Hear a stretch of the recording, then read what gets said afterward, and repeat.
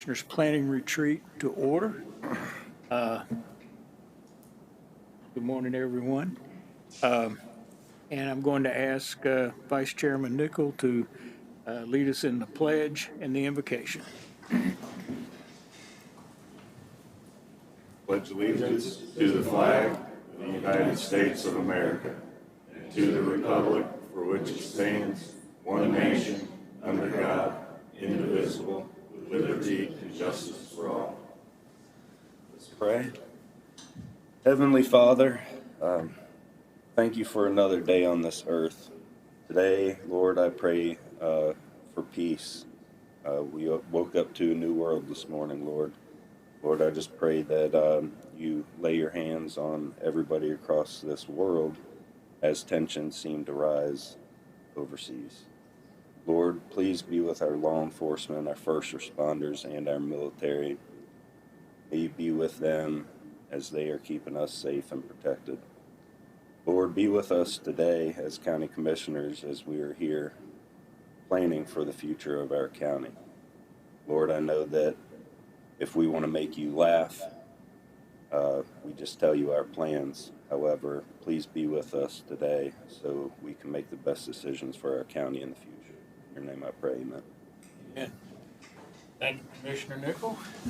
At this time, I'm going to declare the board in recess, and we will move to the room 103 downstairs, and we will reconvene at that time.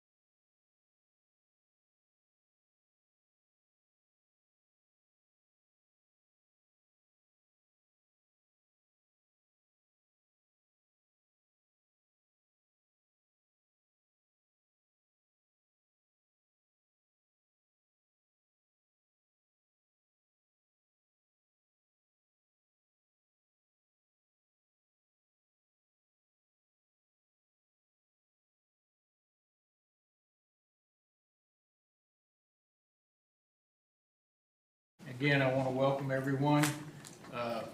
Staff, glad to have you with us. And at this time, I'm going to ask Brent Trout, if he would, to give us an overview of what we're doing today, and we'll just proceed through the agenda. Hopefully, this should not take all day, as has been known to happen in the past, but please do feel free to ask questions, because I want everybody, when they leave here, to understand, what our plan is for the next 12 months, and have all their questions answered, so that we're all on the same page when we walk out these doors. So, Mr. Trout? Thank you.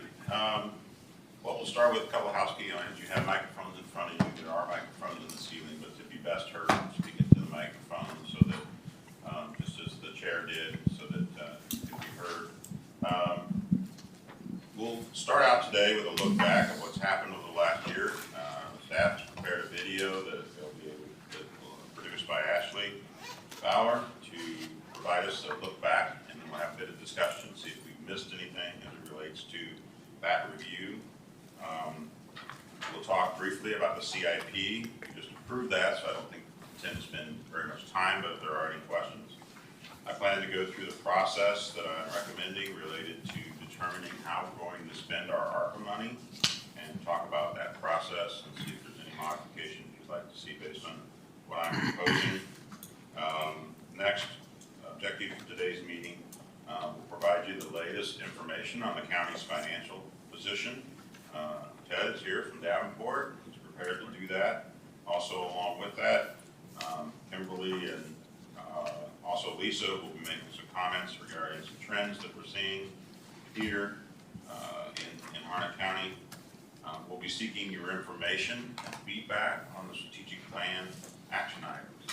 So the strategic plan is done, but there's a list of actions that are listed. My hope is the way I've set it up is to get your prioritization of those actions. There's a lot there, and so I want to make sure that we're looking at what is the steps that are necessary in order to really focus on that. The final, so once we're done with that, I think we'll be done for the day. We planned, as Chair mentioned, we're going to work towards accomplishing tasks, not time. We're going to do this quickly, but as thoroughly as we can. Any questions? All right. Let's see if you would play the video.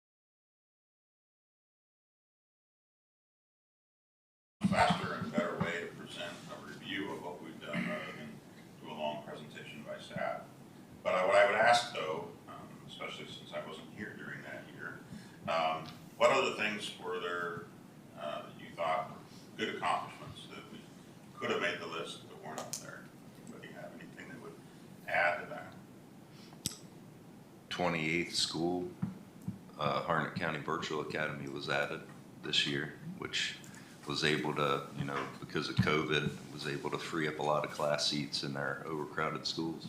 So, And the Shiners Park, what is it, Shiners Park, that park over there, that was last year. that was last year?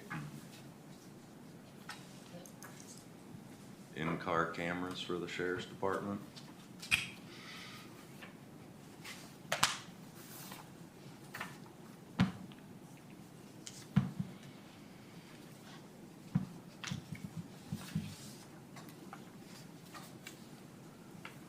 Anything else? All right, we'll move on then. So we approved our capital improvement plan last Tuesday. Very sound plan, will accomplish a great deal next year and in future years for projects that we need to accomplish. One of the next important items for us to accomplish is going to be the approval of the operating budget. And then along the way, before that, we need to look at our ARPA funding. Our $26.4 million, as was mentioned in the video, has been there as something that we've known is coming, and we need to really figure out how to best utilize that money. First half of our money is deposited, and the second half will come later this summer. Staff has been looking at our options and what we can do based on the federal guidance. The final federal guidance was issued a couple of months ago. And so we've been really looking at what projects are best used, along with, based on the guidance, and then also the state laws that govern how we can utilize that money. So I'm going to be proposing the following schedule. On March 15th, 2022, we'll have a work session that day. Staff will present a recommended list of projects for the board to consider as a starting point in the discussion. The list will be formulated with three primary criteria: the express need for the project, eligibility of the project, and alternative funding sources for the project. In other words, figuring out, is ARPA use the best? Were there other funding sources we could use? Does it make more sense to use those versus using ARPA? So from that is a recommendation. It is not staff saying these are the ones we have to do. It's something for us to use to get started in the process. At the March 21st meeting, what I intend to do is put on the agenda an opportunity for the public to make comment about our recommended list. Whether they like an item on the list, they feel like there should be something else on the list. They can tell us their thoughts to the board on how they feel the funding should be utilized. Then on March 29th, that work session, the board will review and discuss the recommended list for other projects that they may want to see on the list for funding. The desire would be then to create a list of projects for approval after this meeting is concluded, if we feel like we have a good list. If we need more time, we can have an additional work session time on April 12th to conclude the development of the list. If we gain consensus at the March 29th meeting, obviously the next action meeting, we'll put that on there for decision by the board. If we need to wait till the 12th to have further discussion, we'll put it on the next action item agenda when we feel like we've reached. So through that process, I hope that we can narrow down the list, get some good projects listed, and have a good feeling for where we feel it's best to spend that money. So my questions, what are your thoughts regarding the proposed timeline for the completion of those decisions related to the arts?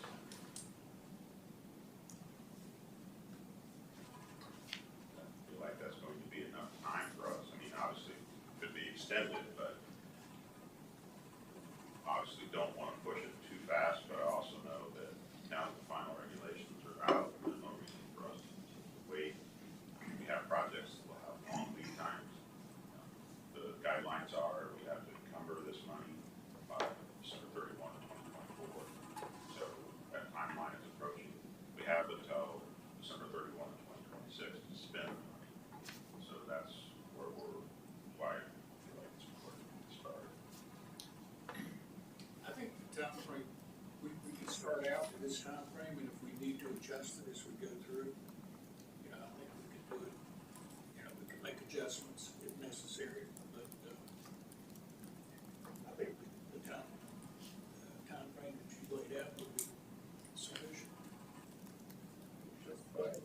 Yeah, I agree. Good plan.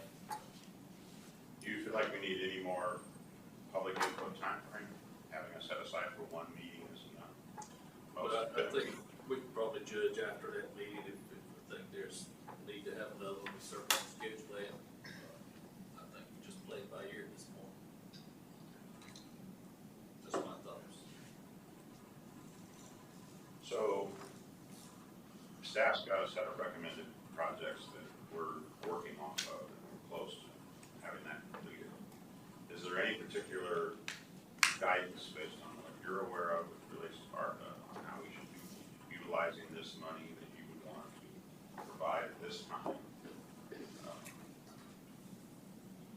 Well, I would like to see us consider that sewer project, that we've been talking about for years, but we kind of held up because part of it has to cross Fort Bragg. And I understand we just recently received permission to do that, so I would like to see that one move forward. Whether it's with our funding or funding we had, in reserve, with HRW or combination, but anyway, I would definitely like to see us try to move that project. And I'd like to piggyback natural gas in that same stretch. But as far as, excuse me, studying on the natural gas sector, we don't have an agreement from P&G yet to do natural gas, and to even run that natural gas. Now, one of the things that I have mentioned to Marty Clayton is, tell us what the costs are going to be, and let us take a look and see if there's any way we can possibly partner, put money into the project to help get it going. But I think we need to move slowly with P&G because tell me how many years in Andrew Co? 22. We do it a little faster.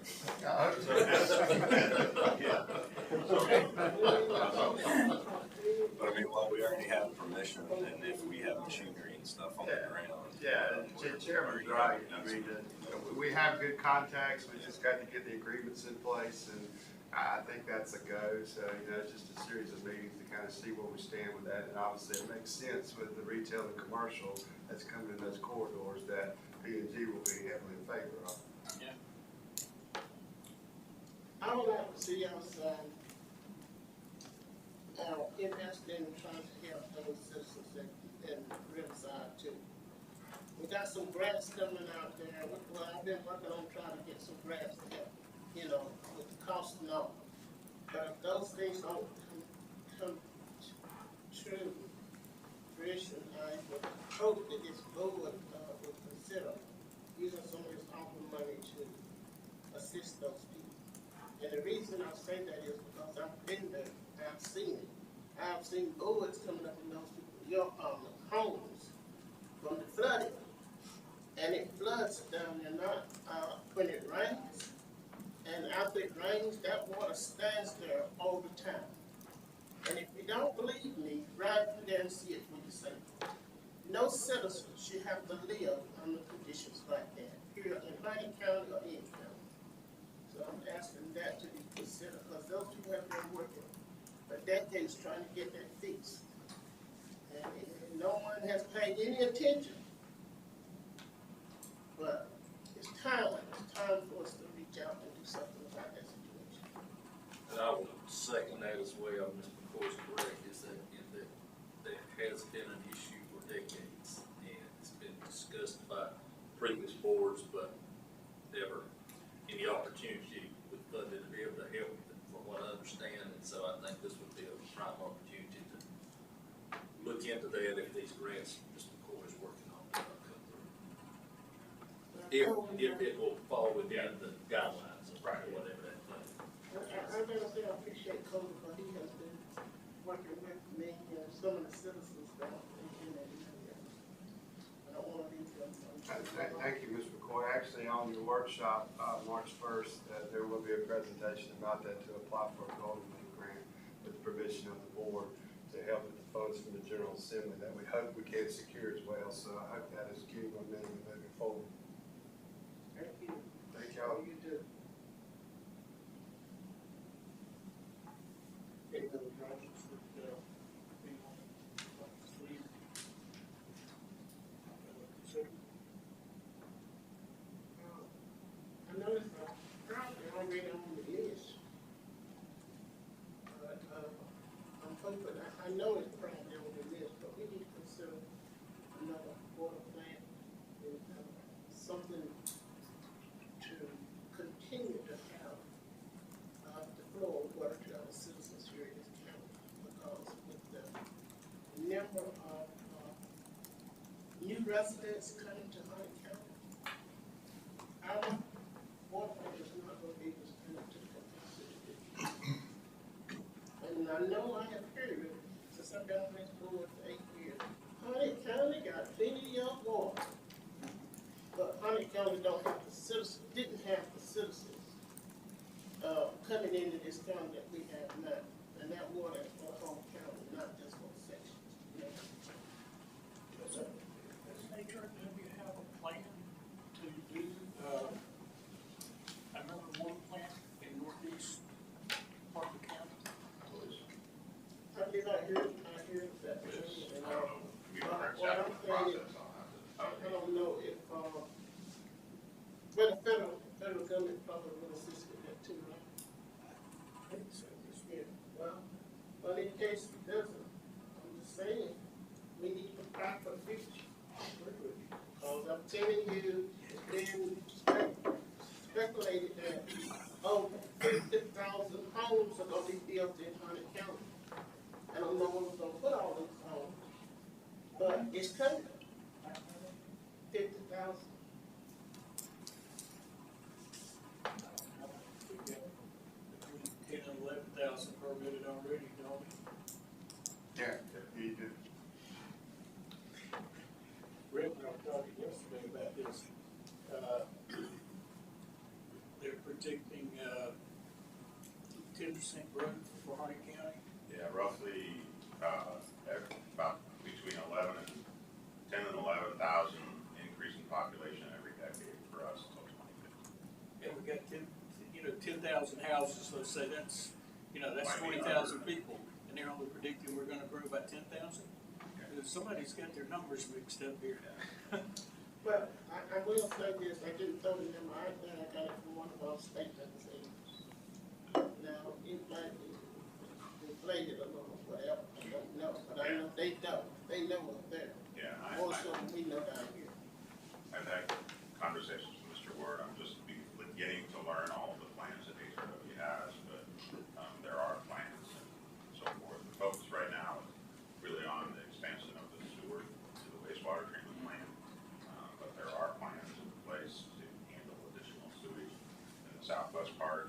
You mentioned the expansion down there, to handle additional waste at that south treatment plant, and then also additional water growth, preparing for that, getting our agreements with the additional, wholesale users that we have in the other communities. So there's a plan, and it's one of those things that we'll need to present to you in the near future. Is it is the northeast water treatment plant in the HRW CIP? I believe so. Yeah, it is. Yes. Yeah, 26, 27. Yeah. So it's on the drawing board. Well, I think that's It might be that we could, speed the process up a little bit by taking some ARPA funding and starting the engineering process. right. Those are the types of discussions that we're having, is trying to look at the priority needs and where we can do that, and where it may make more sense to utilize ARPA funding to assist HRW with their processes and things that they have that they're looking at for the next 2 or 3 years. Maybe we can shift those up earlier. And that's one of those things we look at too, is there's capacity in some funds already to do certain steps. Does it make more sense to have them utilize their own funding versus ARPA funding? Because some of the items so if it's really a priority, and ARPA is your best source other than making us wait 5, 6 years to do that project, it's an opportunity to use the ARPA funding in order to make it happen in the present time versus in the future. And so those are the debates that we'll have to have based on projects that we propose. But I do think helping Harnett Regional Water with some funding is an easy thing to do given how they wrote the regulations. Water and sewer construction type stuff is one of the biggest things that they intended to help with. And it creates jobs, creates flow in the economy, and that's one of the reasons they want to see us utilizing it on infrastructure building. So we're looking at splitting it up between infrastructure projects and other stuff that we use with the lost revenue part of it. So,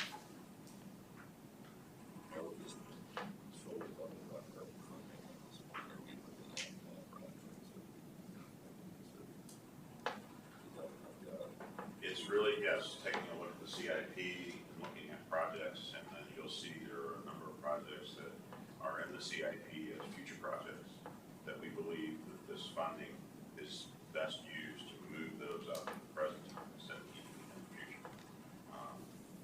Helping with radios, helping with other types of construction projects that we have had a desire to look at doing, but there's not been a funding source. Well, I've got a big one.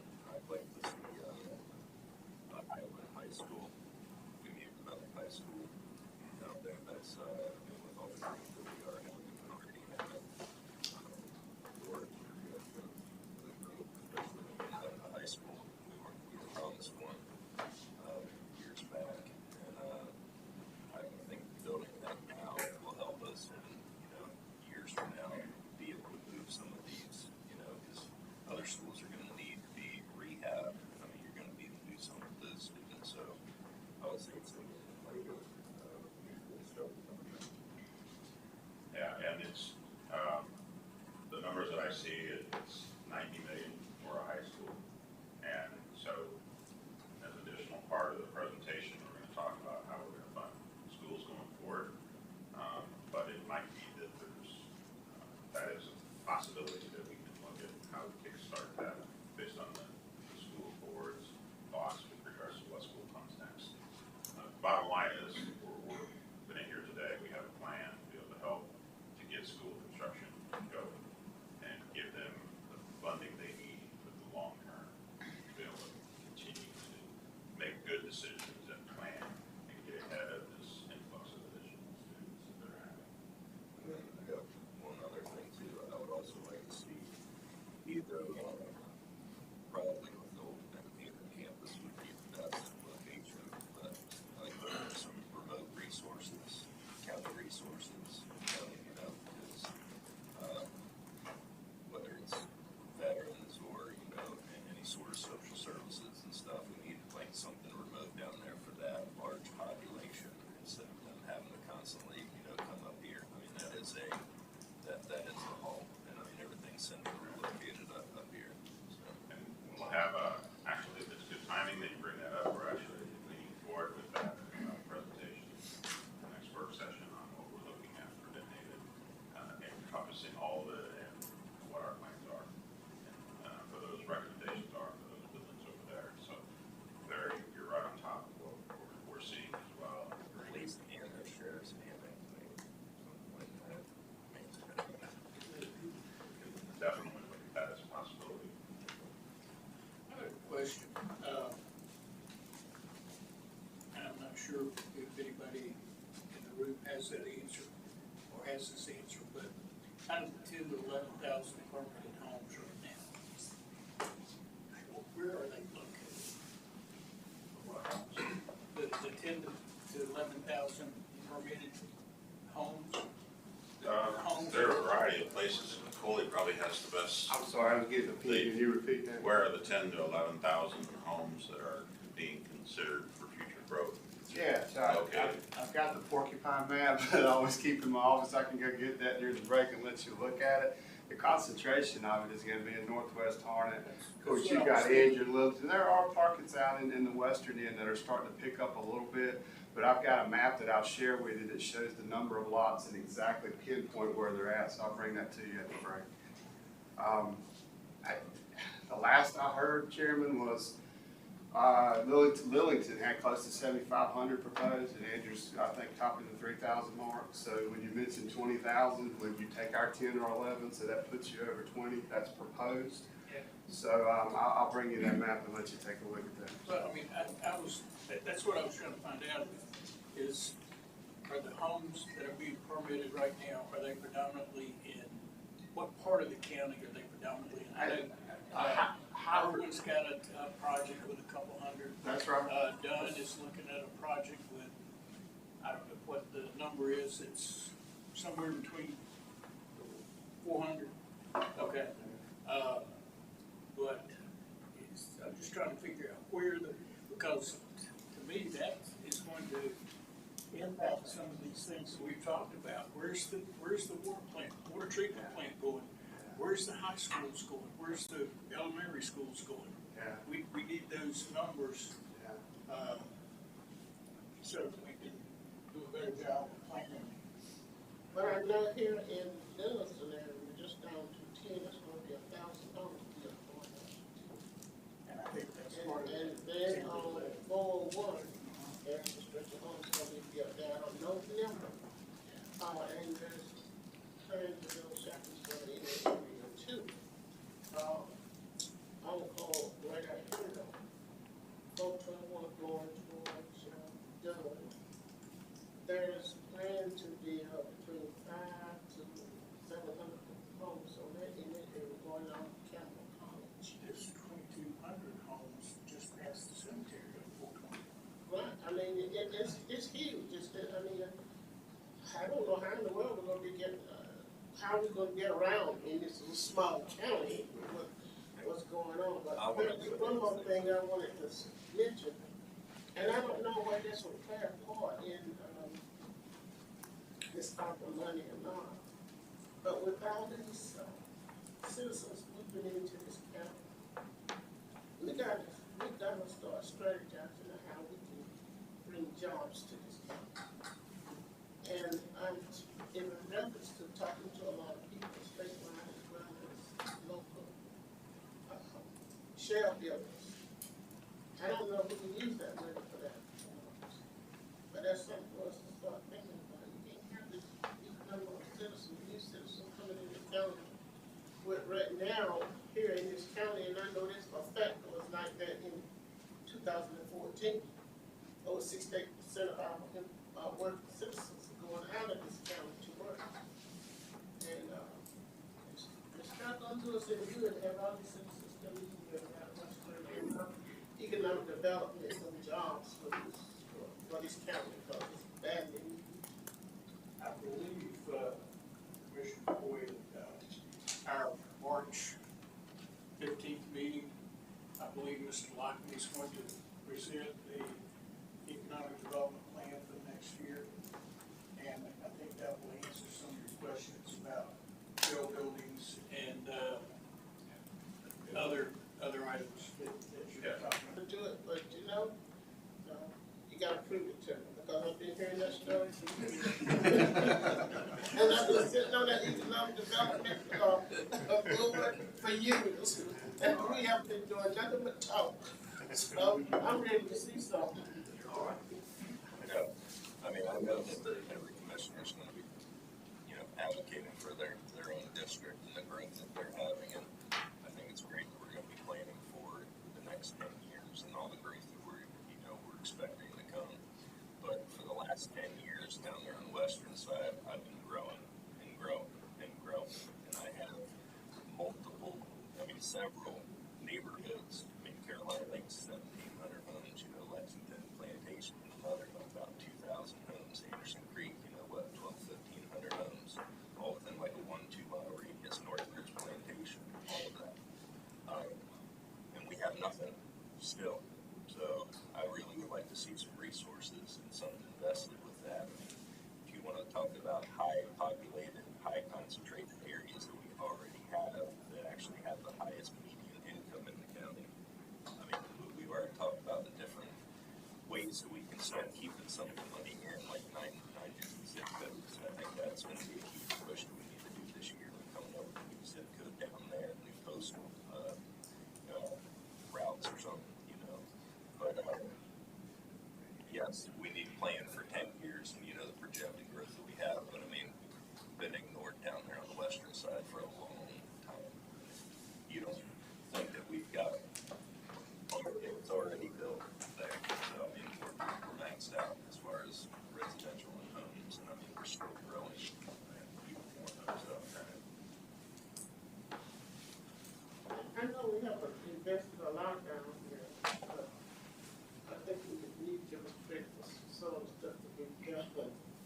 because we certainly invested in our life. It hasn't been for the money from county investing in it, that would not be fair. There's a lot of needs all over the town. And I'm not sitting here especially from my district. I'm sitting here talking about what's needed all over the county. So that is it's very important. It affects us all. I got three things I like. Big things I think we all get points about the county side. Most of it actually drug problems. Drug problems all over the county. Drug kidnapping, big time dealers. They get a lot of land for the electric. Pass it along to the town. Also, if there's not any complaints on problem animals. Animal facilities or the damn thing, they save it all. I had to get out there, but they expensive. People come forth and talk to us about this grant. I hate to see the animals being hurt. The beaver spots, we got some that work, they mattresses lay all over the place. Couches and chairs. One could be built enough, 2 or 3 convenience sites.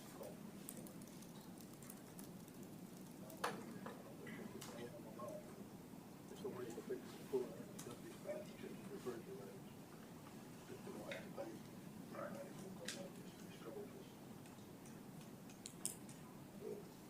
And I'm really falling in help.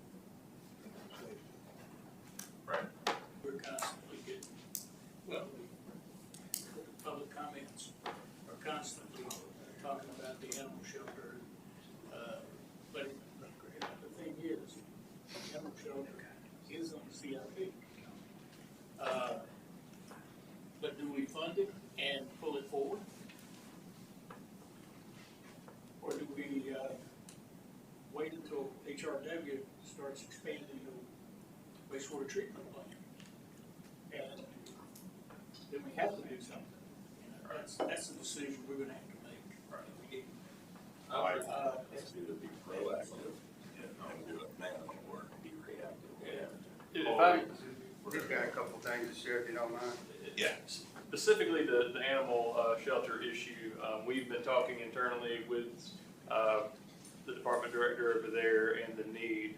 There is in the CIP a feasibility study that would help look at what we need from that shelter. Also, the RFQ for a space needs study has gone out. It is posted now. I think it'll be, March 18th when that closes. But that study will also look at kind of long-range planning for animal shelter, all departments, where they, existing county property, where sites could go, help plan for those future needs. So I think you're gonna see a lot of momentum once we get that information back for y'all to make whatever decision you feel is best for a lot of these facilities, including animal services. But, and the county owns a lot of land. Correct.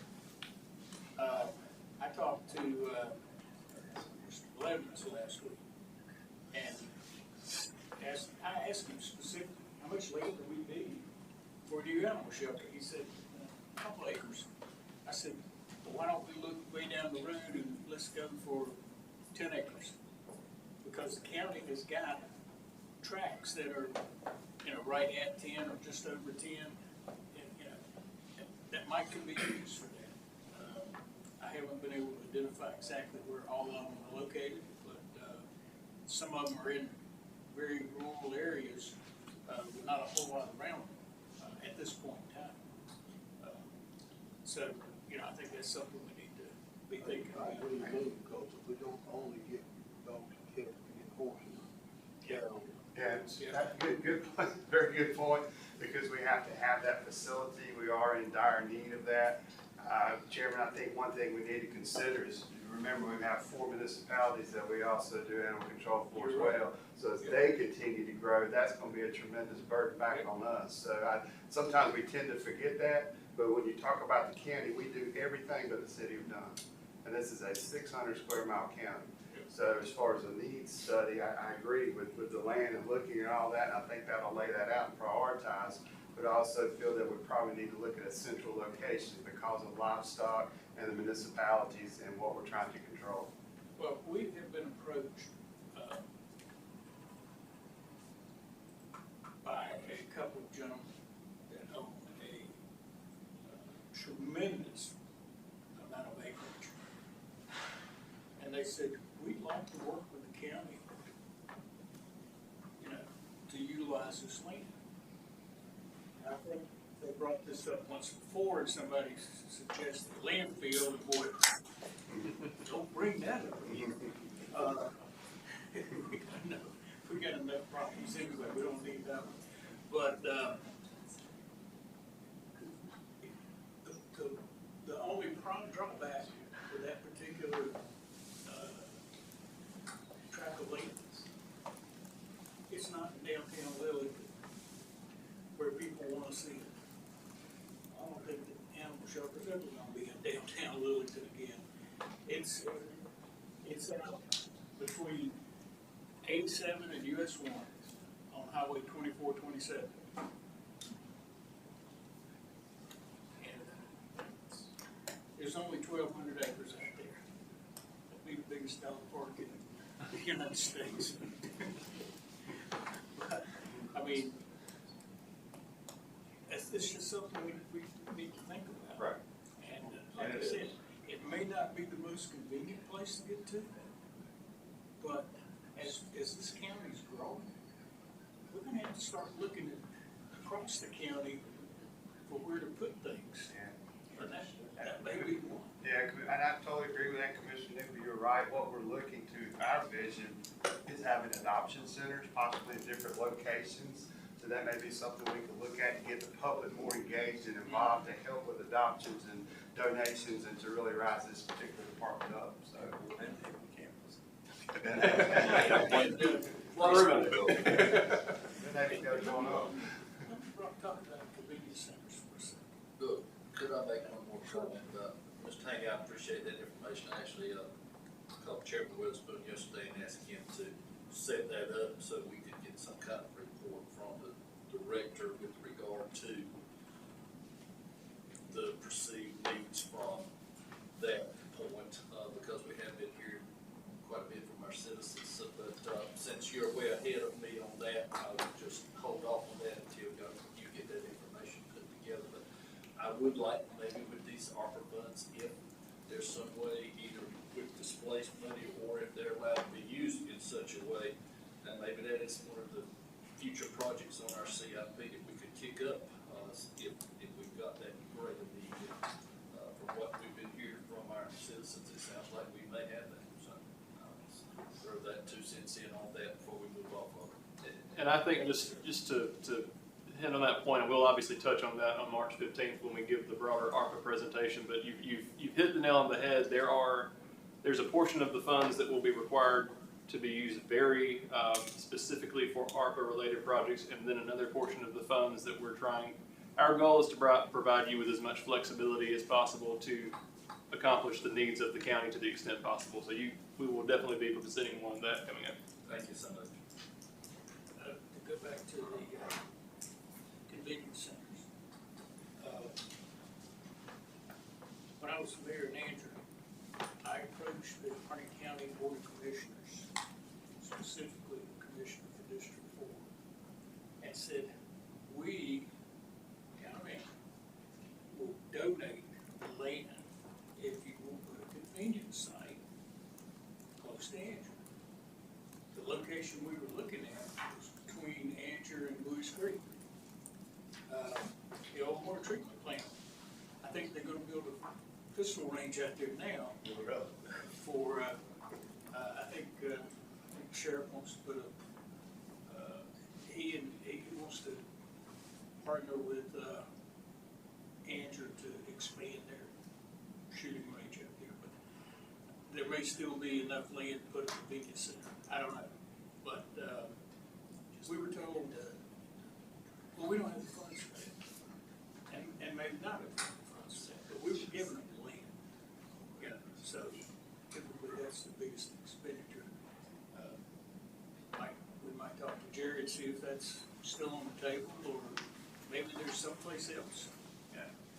No, it's great feedback, and this is what, we're hearing, and what we can do to help. I've already, just yesterday, set up the date for a tour of the animal shelter. And then we'll have a discussion with the director and Chloe to figure out what's already been talked about and what we might need in the future. So I'm getting my arms around what that particular issue looks like, so that we can make those plans. Did we just lose the animal shelter director? Right, and we're in the process of hiring and appointing and have discussion with Chloe about that. We have a candidate, some modifications that we'll do to be able to put a person in charge of that. And we should have an announcement here next week on our plans for that person, so that we can get a director back over there. No, it's not me. Good. I see citizen. Chairman, to answer your question, if I may, about the convenience site, I've asked our solid waste director, Chad B, to kind of give you tonnage and look at the 6 existing convenience sites we have, plus Anderson Creek and Western Harnett. And that is on our radar with the growth pockets that we're seeing, to try to see how strategically to place that, because those 6 that we have been there for a long, long time. And so, however, they are very expensive. It really blew my mind about how much it is to build a convenience site. So we're already in the process of construction on the one on Northwest Harnett right now. So, but that also, I made a note to let Chad come before the board and kind of give you an update and an overview of the tonnage of what's coming in, and maybe show a map about potential and future sites for different locations in your wards. I just want to say that I'm real pleased to hear this conversation about animal shelter. Simply because we all are constantly getting emails from the citizens of this county about the animal shelter and all, and the conditions down there. But we took a tour there, was it last year? The year before that? We took a tour. It's been here before, because I missed it. It's here before. Year before that. And the conditions had improved a lot when we went there. But now we need another director. That director brought some changes to the facility and all. But the reason I want to reiterate that I'm glad to hear this discussion is because a lot of animal lovers in this county think that we are in the way when it comes to the animals. So hearing that, putting that on the discussion here, helps a whole lot, that we are concerned about what we can do. Actually, the only thing we can do is try to build another facility and find land first and build another facility. Because it's a hardship on those that work out. In fact, I would suggest that, it's been 2 years, maybe all the commissioners need to go down there and see what the conditions are for themselves. And what those people, employees that work there is up against. Because it's not easy. It's really not easy. I mean, we can see, we have to do a lot of talk about it, but until you see it, you don't know exactly what exists there. We've got 2 ladies coming in on March 1st. The rest for about animal killing facility. We've got several emails from them on our county side. And I phone call last night for the Johnson lady. Asked what are we going to do? Planning about this for a long time. So I can be asked to take. Gotta get some answers to that. Is this something that other counties around us are facing also? I mean, because my question would be, is it possible to work some sort of partnership with the neighboring counties? We and put do. them, like, We- strategically, and partner with them? Wake County SPCA, we work strong with them, and we do have great partnerships. Cumberland County has a very strong animal control services, and we do partner with them quite a bit. I mean, maybe we're working on something more regional, Yeah. so that way more people can contribute to the pot and, share the burden together. So, Right. So did you know if pet give ups have increased since the COVID? There has been quite a few. I don't know the number, but that's a good question, something I can look at. Maybe that was out after it starts fading out. Right, yeah. Yeah, COVID has not been kind to us, that's for sure.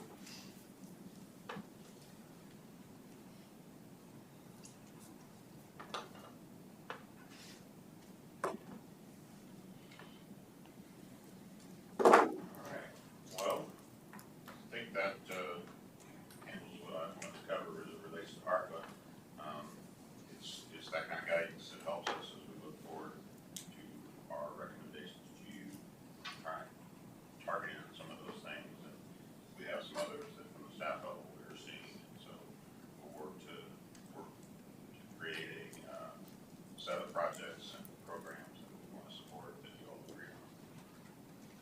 So look forward to that process, and I think it's exciting to do this very diligently so that we utilize this funding that we probably may never see again. So hopefully, from the standpoint of we saw it because there were many problems going on in the country, the federal government gave us this funding to use. So, at this point on our schedule, we were to take a quick break. You want to go ahead and do that, Chair? I think so, yeah.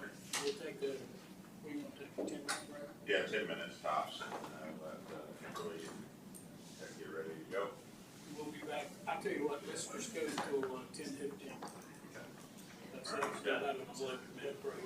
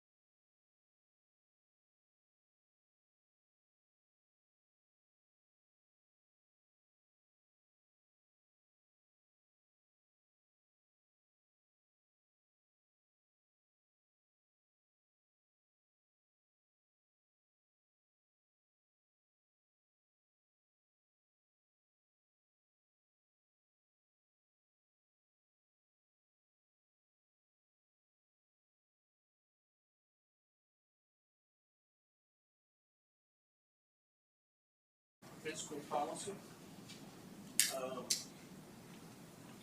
Yes, we're ready to do that. Ms. Honeycutt? Do that. She had stuff with us. Oh, she wait, okay. Just didn't even notice it. Look around the room.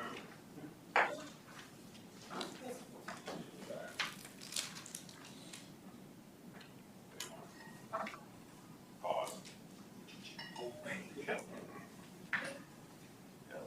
Build up the anticipation. Airborne operations. I mean, they, like, 8 hours away, they were negative. Let's look at you, I'll start. It's like,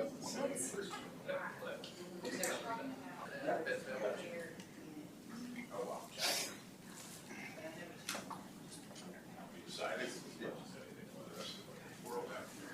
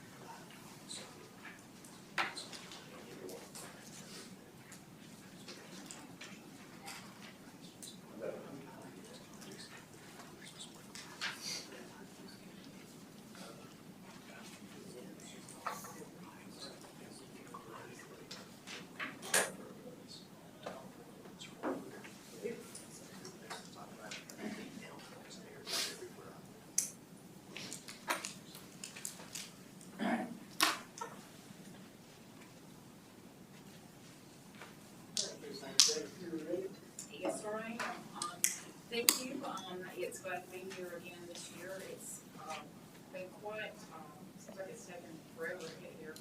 I'm glad to see we're kind of trying to recuperate after COVID. But each year as part of our budget and planning retreat, we ask our financial advisors to come in and give an overview of the year. And I'd like to introduce Ted Cole to the right. Ted actually is with Davenport Public Finance. And several years ago, the county would go to Davenport as a financial advisor. And the role of financial advisor is actually to look at the needs of the county and what Davenport brings to the table is that they take a look at our tax base, our expenditures, the way the county itself is unique and how we do business. And then as we have needs that we identify, such as building schools or issuing debt, they are in the market daily with other local governments to see what the interest rates are, what the rating agencies are looking for. So they help guide us and advise us in those daily operations. So that way, as we make a decision to, for example, issue debt to build a school, we already have a general idea of what the cost is going to be, what the interest rates are going to be. So when we go to that market, issue that debt, we have a general idea. We already know, we've done our homework up front. But it's all part of a strategic plan, and I know that the phrase strategic plan has been used quite frequently over the last several months, but it's more important now than ever. So that when we go to the market, North Carolina debt is very highly sought out in the market. So when we go to sell bonds, we never have a problem issuing our bonds because of the other side of the local government commission. But that comes back to everything that we do and that we've gotten prepared to do. So as Ted, so we go through his talk today, he's going to go through and he will take the activity from our last audit, which was June 30th of 2021, and we have a copy of the county's financial report in front of you that you can have. And the information from the tables that Ted has pulled actually comes from that audit. Ted's company takes that information and then they compare us to our peer group as far as our rating, credit rating, as far as where we are in our expenditures, our revenues, our tax base, items like that. But we also show where we have developed and approved our fiscal policies, how we're meeting those goals. And so we'll talk about that later on, so let me turn it over to Ken. Okay, great. Well, I appreciate the opportunity to be here this morning, and we definitely ask us to go through this material. If you have a question, stop me and we'll talk through it. Everybody in the room should have a hard copy in front of you. There are page numbers in the lower right corner, and it's exactly what's on the screen. So whatever you prefer in terms of material. Our book is the one with the plastic county for a number of years, and capital planning, capital budgeting, assistance with debt issuance were some of the primary services that we provided. While we did not make this presentation to y'all last year, we had done it for several years prior to that. So, let me back. If you look at page 2, just a real brief table of contents. It looks like a lot of material, but I'm going to start at the bottom. There are several appendices that have backup information. I'm not going to go through that, but you can flip through the appendix if you care to later, and you'll see the details of your tax-supported debt. So that's everything about schools and county facilities. You'll see the details of the public utility debt, water and sewer. We keep those separately on purpose. The details of solid waste debt, that's the third category of debt that we keep separately. A copy of your financial policies, those have been in place since 2012-ish. They have been reviewed and updated along the way. It's something that is part of your planning work, and hopefully for any of you all that are new to the board or relatively new to the board, if you haven't already seen them, they're in the back here. And then finally, the latest rating reports from the rating agencies. The national rating agencies are going to rate your bonds when you go to the market. We're going to cover that in a little more detail. But if you care to read their reports, they're about 4 pages each. You can read them and kind of get their take on the county's finances, the county's economy, strengths and weaknesses. All right, so with that, let's jump in. I'm going to start with a discussion on your credit rating, your bond rating. We're going to have a couple of slides on general fund balance. That's the tax-supported side of the house, general fund balance. We're going to talk about tax-supported debt. We're going to show you what's on the books today. That is all the debt that has been issued. And we're going to show how you stack up to your financial policies, some of which are about debt, as well as compare you to some other local governments that have similar bond ratings. And we're going to talk about 2 concepts with debt. We're going to talk about your debt capacity.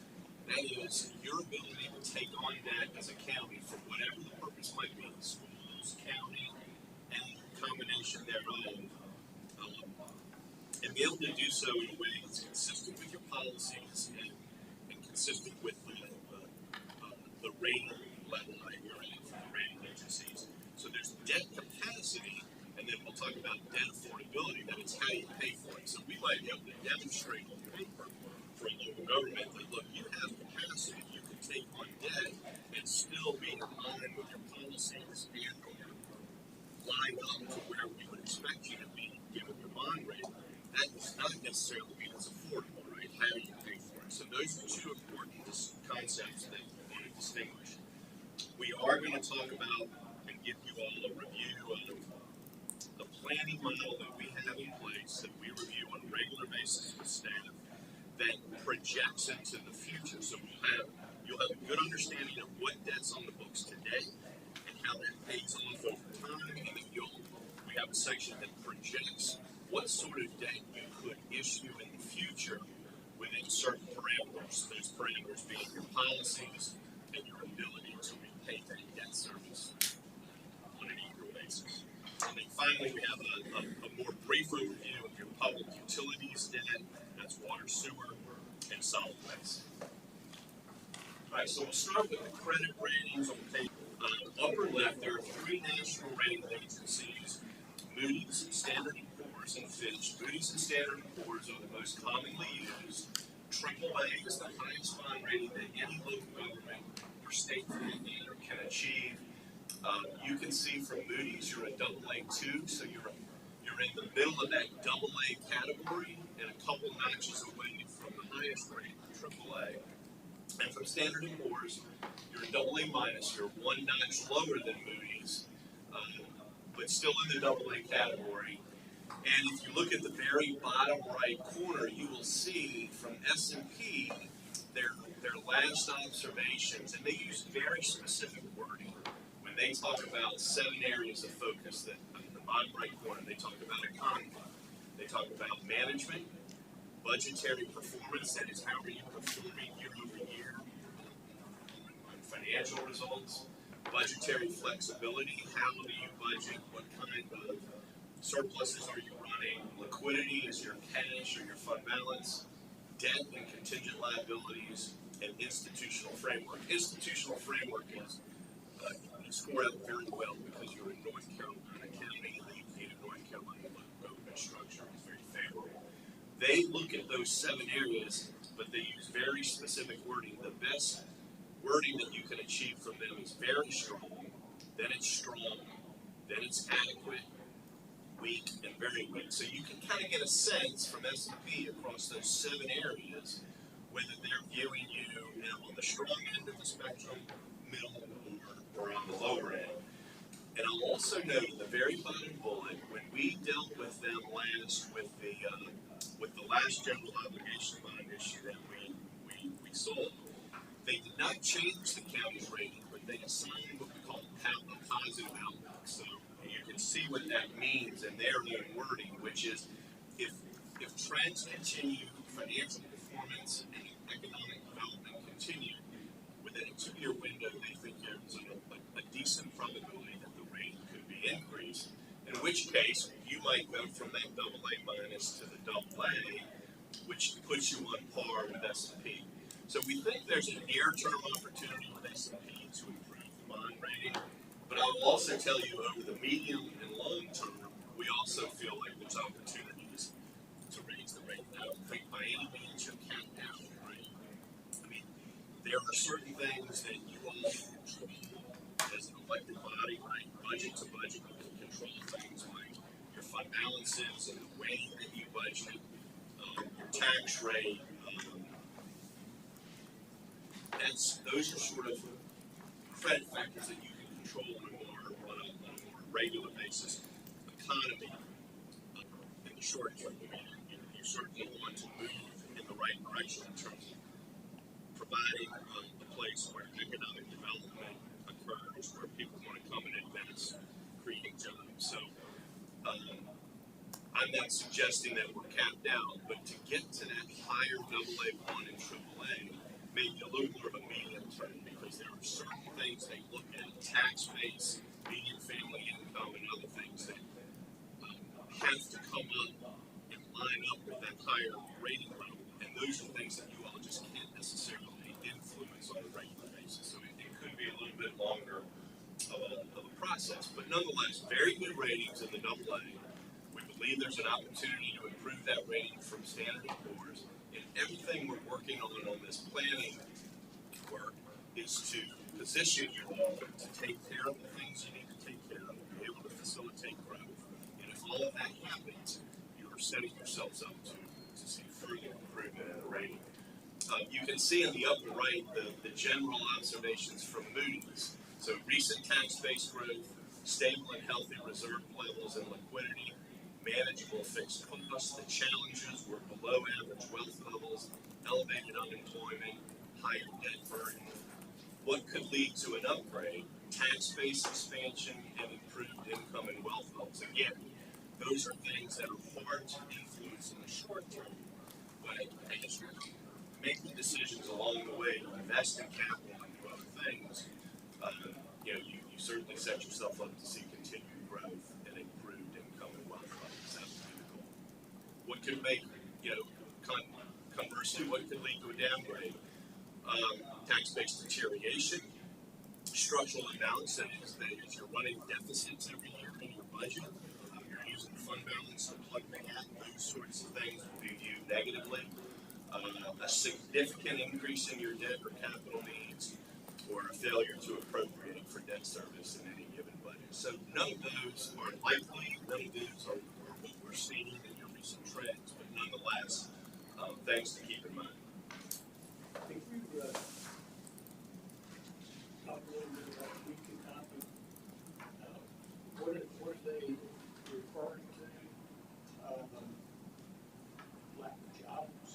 Now, it's, so they really look at three primary things. They look at your overall tax base in dollars. They look at the tax base per capita, which is math, right? Total tax base divided by population, tax base per capita as a measure. And they look at median family income as a percent of the U.S., which is census-driven data. So those are the three primary, and it's very quantitative, it's data-driven. They compare, anytime they regulate government, they compare those, for economy, they compare those metrics to those same metrics, average, median, high, and low, of similarly rated credits or the universe of ratings above you or below you. So those are the three primary things. It isn't necessarily a reflection that you don't have enough jobs. Specifically, they don't measure jobs. In the aggregate, they don't measure jobs per capita. It's really where they grab most of the input for that measurement is tax base per capita, and median family income. And again, don't need to go there now, but if you want to dig into some of this in a little more detail, you can go to that appendix E, and you'll see that they have a couple of paragraphs on economy. Right? So you can connect the dots a little bit. A couple of things that go on here, particularly for you all, is you've got geographically, it's not a terribly large county, right? And within Harnett County, you've also got a pretty significant amount of tax exempt property, right? You've got Fort Bragg, tax exempt property. It's not in your assessed value. Campbell University, hospitals. So you have a tax base in dollars that might be lower than they would expect to see if all of that was taxable property. So that's a story we always have to tell, that the tax base comparison by itself is maybe not fair because there's quite a bit of non-taxable property in the county, but there's good things that happen on that property, right? So we try to emphasize the economic activity that is driven by Fort Bragg, driven by Campbell University, that is driven by hospitals. So they do rely on the data and the comparison of the data, but they also will take into account other things that the data does not capture. And so you get some credit, although your tax-based numbers might be a little lower, and even the median family income numbers could be a little lower because of the military presence and the student presence. But they also give you some positive marks because those are what they call institutional presence. You know, it may not show up in the tax base, but it is a critical mass of people and activity that I'm not going to say will never go away, but it's difficult to see going away. And, you know, every once in a while you have to go through the RAC process and they reassess things. So while it might, some of that dynamic might hurt you a little bit in the data, they, because they dig into more than just the numbers, can offset that by virtue of understanding what's behind some of those numbers. And, you know, it's an unfortunate wording that they use, but it's, I guess, in their scale, it's better than very little. And it's just specific wording, but really largely informed by a few key ratios. Okay? Hope that's helpful. All right, so general fund balance, page 7. We have gone back and looked at almost a decade's worth of data, and I'm going to start at the table at the bottom. Fiscal years 12 through 21, all of this will tie back to your audits, and you'll see that in that table, every line has a number, and we start with restating for you the general fund revenue and expenditures in any given year. So it's just interesting to see how your overall general fund budget has kind of evolved over the years, right? Revenues have grown from 101 million to 147, expenditures from 100 to 128 million over this period of time. Lines 5 through 13 are the accounting categorizations for fund balance. These are driven by accounting standards. Again, you can tie back to your audit. Line 13 is total fund balance, and you can see over this period of time, total fund balance has evolved from about 23 million to 82 million, right? A very significant increase. And you can see that in the upper left graph, the light green line, where we're measuring your total fund balance as a percent of your budgeted expenditures. And over this decade, the light green line, you can see that that has grown, particularly in the last couple of years, total fund balance. Now, you'll notice in that table that there are lots of categories of fund balance. The category of fund balance over which you all have the most control, the least amount of outside restrictions, is line 12. That's what's called unassigned fund balance. And now you can tie back to that in every audit. That has evolved over the period from 13 million to 37 million. Truly, you all as a board have virtually no, except for state statute, no outside restrictions on what you like to do with that money. And keep in mind, this is a moment in time measurement each year to June 30, and that money will ebb and flow. The balance will ebb and flow through the year as you collect the revenues and pay. But all of this on an apples to apples basis, June 30. Those other categories, lines 6 through 11, are at various levels of restrictions by either you all or other outside parties. And so generally speaking, you're either committing or restricting those on your own for specific purposes, or they're restricted or committed in some way by some outside party, group, or rule.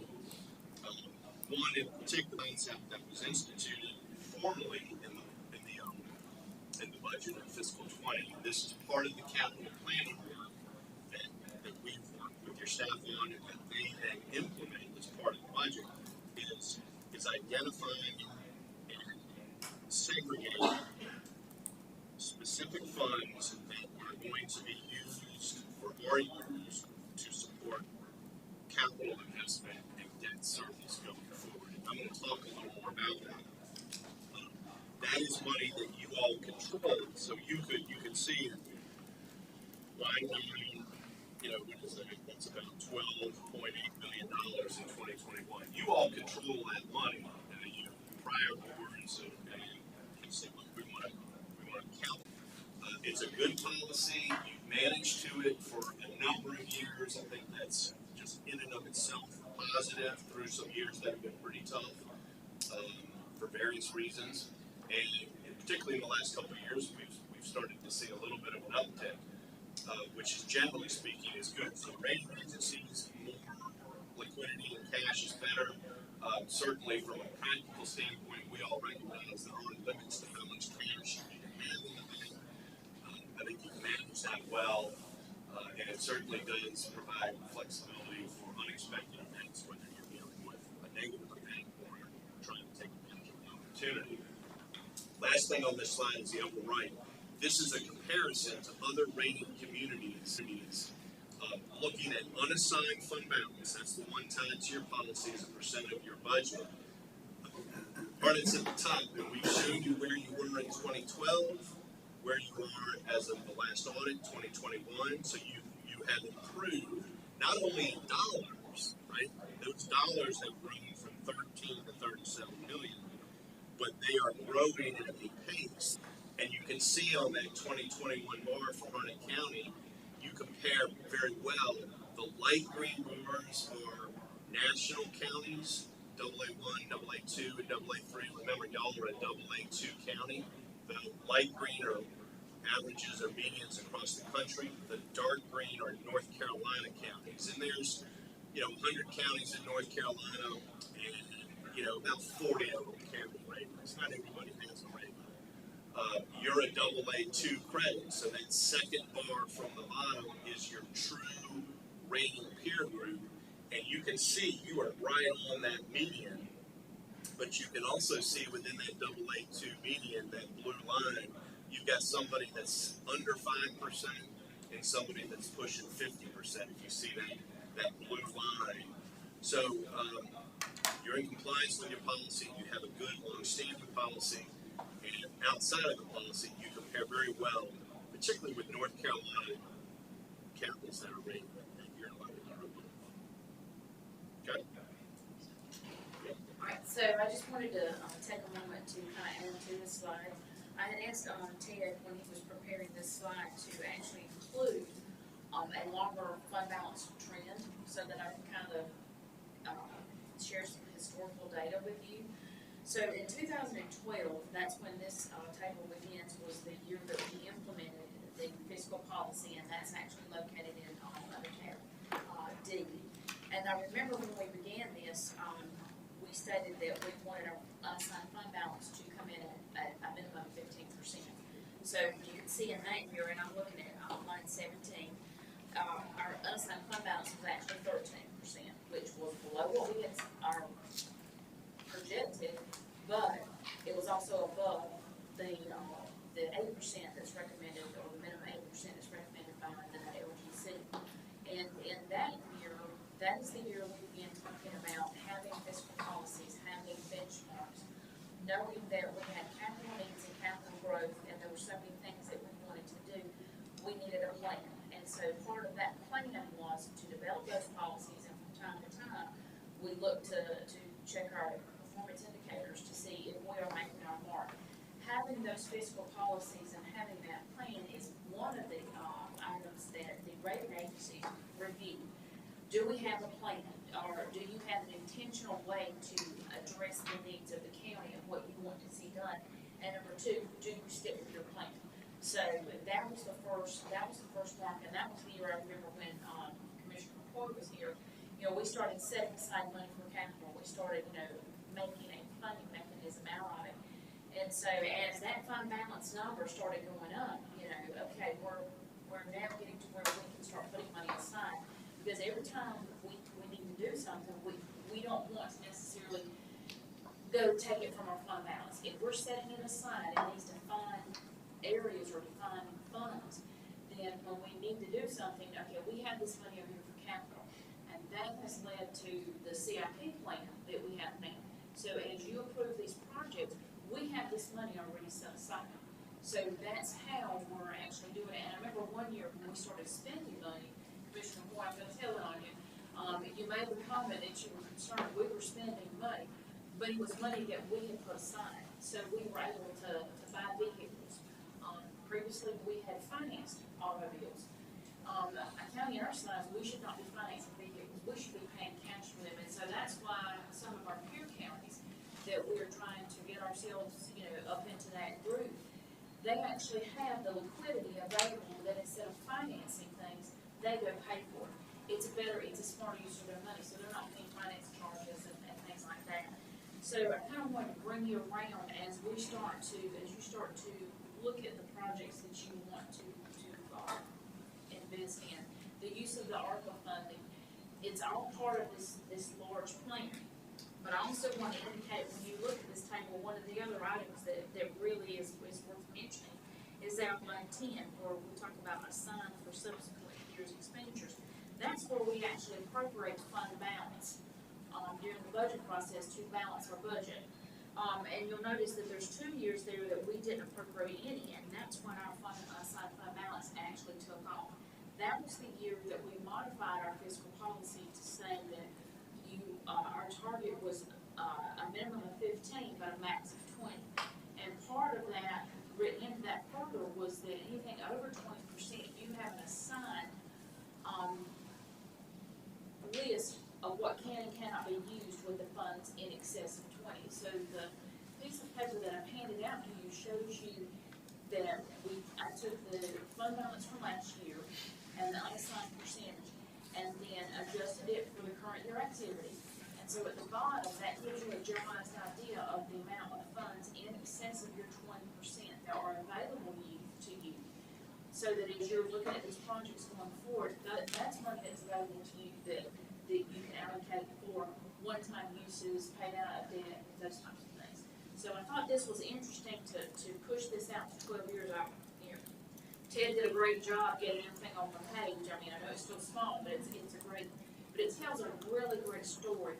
So it shows that those policies are working, and it also shows that the that you, as a board, are investing. So, because when you spend money, expend what you get in return for it, and spending it smartly. So I just wanted to kind of interject that. Well, I just want to say, the reason I'm always so cautious about spending money, because I remember time was unfunded when it came to our fund balance. Time was a mess. So, and when I came in here, that was the one thing I talked to you about. And thank you for what you've done with the finances for this county. Well, thank you, and it's been a lot, it's been all of the board members, but it takes an understanding of, you know, the board working together, the citizens understanding. I love the way that Lisa has the CIP plan developed so that in November, it gives you time to focus on the capital investments that we have. And it's not, one item of 100 items during that tiny budget window. So you have time to think and plan and do the research. And it has taken additional time to get us there, but now we're starting to see the benefits of being there. So it's, you know, it takes, you know, it takes the board as well. Okay, great. All right, so we're gonna move to debt. And again, I'm just on these, no solid waste.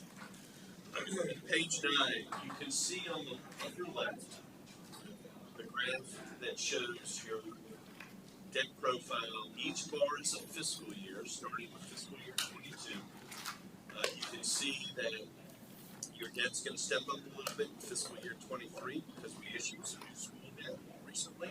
But in fiscal year that's debt, your debt payments are going to peak out in 23, and then they're going to start to tail off. Bottom left, you can see over the years, what have you issued this debt for? About $143 million has been issued to fund school projects, about $36 million for county projects, and about $16 million for community college. All in, the amount of debt outstanding as of the end of the last fiscal year was $196 million. That has been issued over a number of years.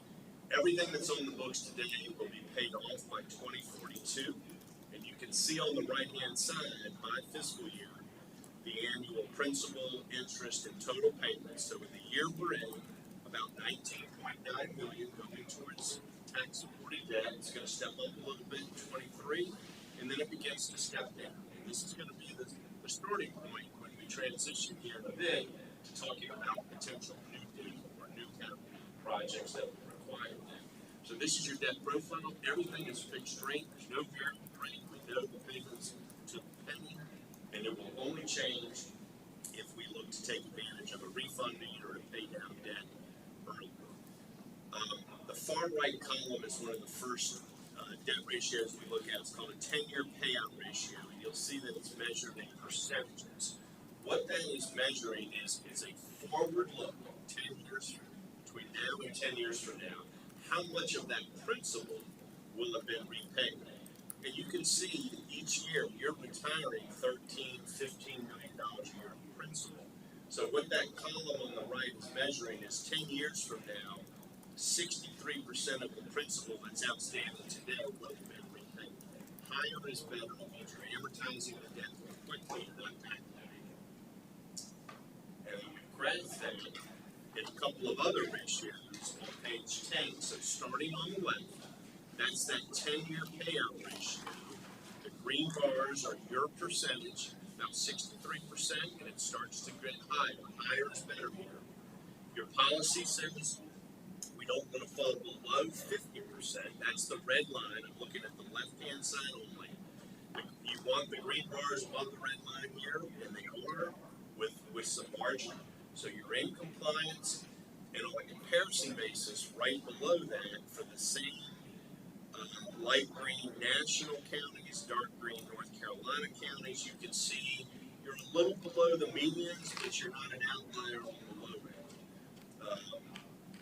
And it's always, you know, the truly apples to apples comparison when you compare it to the North Carolina medians, which are the dark green bars there on each of these. So the median is the bar, so that's the midpoint for the number of local governments included, and then the blue line measures the mid and the max within that group. So again, a little below the median because higher is better here, but not out. Middle of the page is looking at debt to assessed value. So here we're measuring the amount of debt outstanding, roughly 196 billion as a percent of the tax base. And when we do that math, you're going to see those green bars get to about 2%. And then they decline, right? And it's declining because you pay back debt every year. You pay back about $15 billion a year of principal. But it's also declining because we're assuming there's some growth in your tax base. It's a pretty modest growth assumption, maybe 1 to 2% per year. Your policy says you don't want to go above 2.5%. So in this case, lower is better. You are below your policy. There's, not that much of of cushion. And on a comparison basis, you're a little bit on the high end, as we talked about. Part of this is because you've been investing in capital, right? You have funded a number of capital projects. Part of it is your tax base maybe is a little bit lower, and particularly that's exacerbated by the amount of tax exempt property in the county. Every county is in different stages of investing its capital and revaluations and things like that. But when you compare the orange line in the middle, which is Harnett County, to the dark green, you're above the medians, and you're really on the high end of the pyramid, which is not, it's not a bad thing. It just is telling us that in that particular ratio, you've got a little less flexibility than you do in some of the others. The lighter green there, because you go to places like South Carolina and Pennsylvania, you have independent school districts. Counties are responsible for public school debt. So the debt profiles for some counties and other states look very different because the school debt's not on the county books. So from a comparison purposes, the dark green bars are more relevant. And then finally, debt service to expenditures. What we're measuring there is your annual payment. Remember, that was approximately, 19 to $22 million a year is going towards debt service. The right-hand chart is measuring that as a percent of your budget, essentially. How much of your budget is going towards debt service? And you're in the 12 to 13% range. It will decline over time because your debt payments are coming down because we've assumed some growth in your budget. You have a policy that says we don't want to go above 15%. You're below it. Lower is better. And like the other debt ratio to the left of it, you're a little bit on the higher end compared to the peers in North Carolina. But in this case, you're certainly not an outlier, I would say. You're a little more in line at that 12 to 13%. You can see there are, and oftentimes what we see is high-growth communities, cities, counties, what have you, have capital needs that are driven by that growth, and oftentimes they're needing to fund those capital needs with debt. So it is not uncommon for highly rated communities to have higher debt levels because they are trying to keep up with and facilitate growth. So while their debt levels tend to be a little bit higher, they have a number of other things going on to offset that, right? Growth and growth in their tax base, diversification, and things of that nature. So you're in compliance with all of your policies.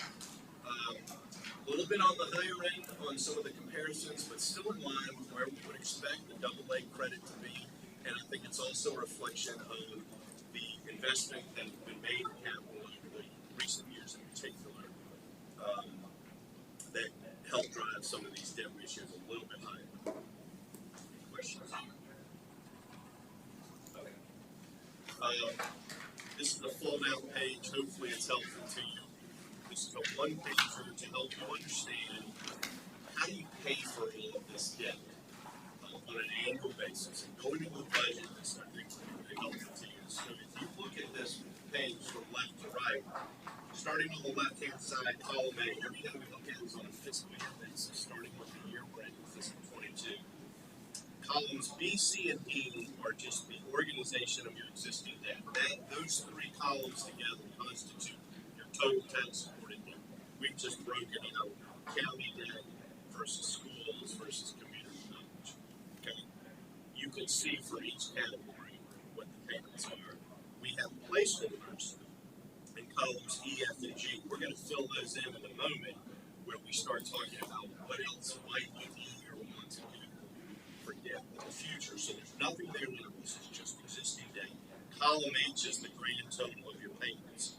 That is what you have to pay for all this existing debt on an annual basis. The middle of the page, columns I through N, as in Nancy, are all of the difference of all the sources of funding that you all are budgeting for debt service. And starting with fiscal year 22, you'll see there are monies coming in from the committed debt service fund of $9.8 million. There are restricted Article 40 and 42 sales tax that are coming in, $7.8 million. That's restricted for school capital and debt. The county loaded a quarter-cent sales tax. I believe that's Article 46. That's another source of revenue that's pulled into this capital budgeting. Qualified school construction bonds, column M, that was an American Recovery and Reinvestment Act type of debt where you get a subsidy back from the federal government for part of the interest you pay. That's a revenue coming in. So between those four columns, those are the sources of funding that you can go back to your budget and find that sum up to column N as a Nancy. And you'll see that we have assumed that those will continue in the future. Some of them we've grown, and some of them we haven't grown annually normally, but at least annually, when we get a new audit and you're going into budget, to reassess what some of these assumptions should be, given what the trends are for sales tax and other economic indicators. But if you buy into this budgeting approach, which has been in practice for a number of years, and the fact that we're going to try to be able to demonstrate that we can continue budgeting in the same way, column N as in Nancy are the revenues that are available to pay debt in the future. And what we compare is the payments under column H. We know you got to make those payments under column H. Column N is the revenue that we've identified and projected. And we compare those under column O as in Oscar, and you'll see when you do that, O is positive every year. So what we're saying is as the existing debt is paying down, if you can continue to budget in the same fashion, you have some surplus dollars in column O. That is going to be sort of the starting point to talk to you all about what more can you afford to do as departments are coming to you for capital.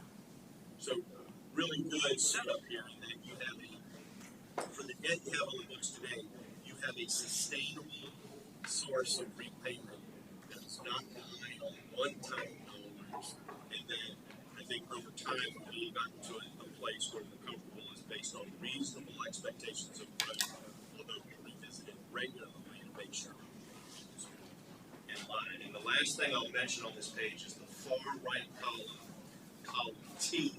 That is that accumulated debt service fund. So that is another resource that you all have as part of the planning process of that $12.8 million. That is that committed fund balance. That's separate than the unassigned fund balance. Remember on that page, we looked at committed and the debt service fund. That is because we're showing surpluses. We're about to transition into a discussion where we start to make assumptions about new debt, and this page is going to change a little bit. But right now, you've got 12.8. That's real money that you can see in your audit, and we're only adding to it right now year over year because we're running surpluses. So keep that in mind, and that will set us up to have a conversation about this next slide or two. And I'm almost done with page 13 is not a recommendation. It's not, I don't think anybody is at this stage advocating for this. It is a starting point for the discussion about modeling that we're doing. It is one of a number of cases that we could run, on many cases. This is the one that we wanted to share with you all. And what we're doing here is we're making assumptions about new debt in the future.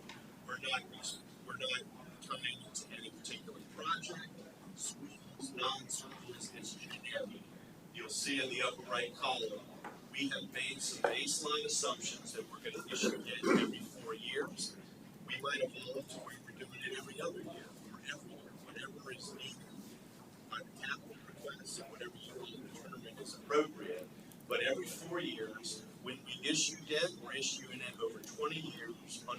call level principal, which is the way Michigan debt pays, is the way the local government commission and lottery will expect to see it done for tax supported debt. We're using a 4% interest rate, that's above current market, but we are also talking about 10 or so years or 20 so years of debt issuance. So we purposely want to use a slightly higher rate for planning. And what we're showing you in the upper left, I think it's the best graph to look at. The green is what you already have on the books. That's the 196 million we've already talked about. What you see in the blue, orange, green, blue, brown are the issuances of debt. We don't know what the projects are behind you. That's an amount of debt over this period of time that fit within your policies and that you can afford, on that page we just walked through, that you can afford without having to find new revenues. Okay? You'll see that a little bit more clearly. So we kind of backed into it. This whole process will evolve eventually where you're going to say, okay, rather than the hypothetical, model for us what these 5 projects really look like, whatever they are.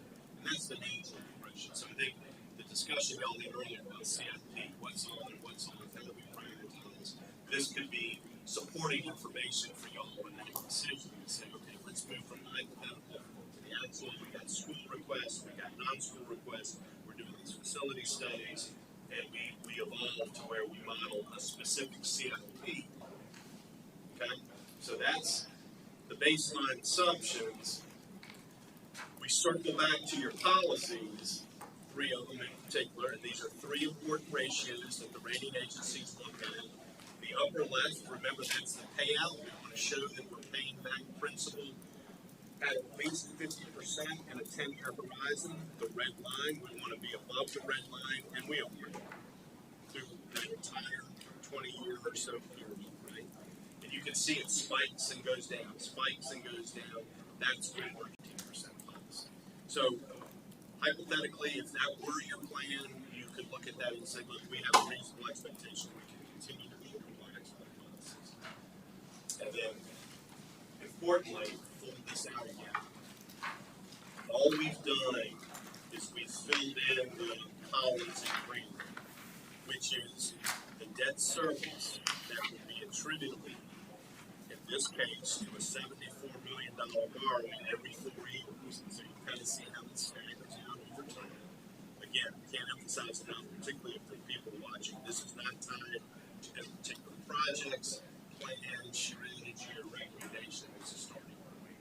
So we've added those debt service payments, so they're on top of what you already committed to.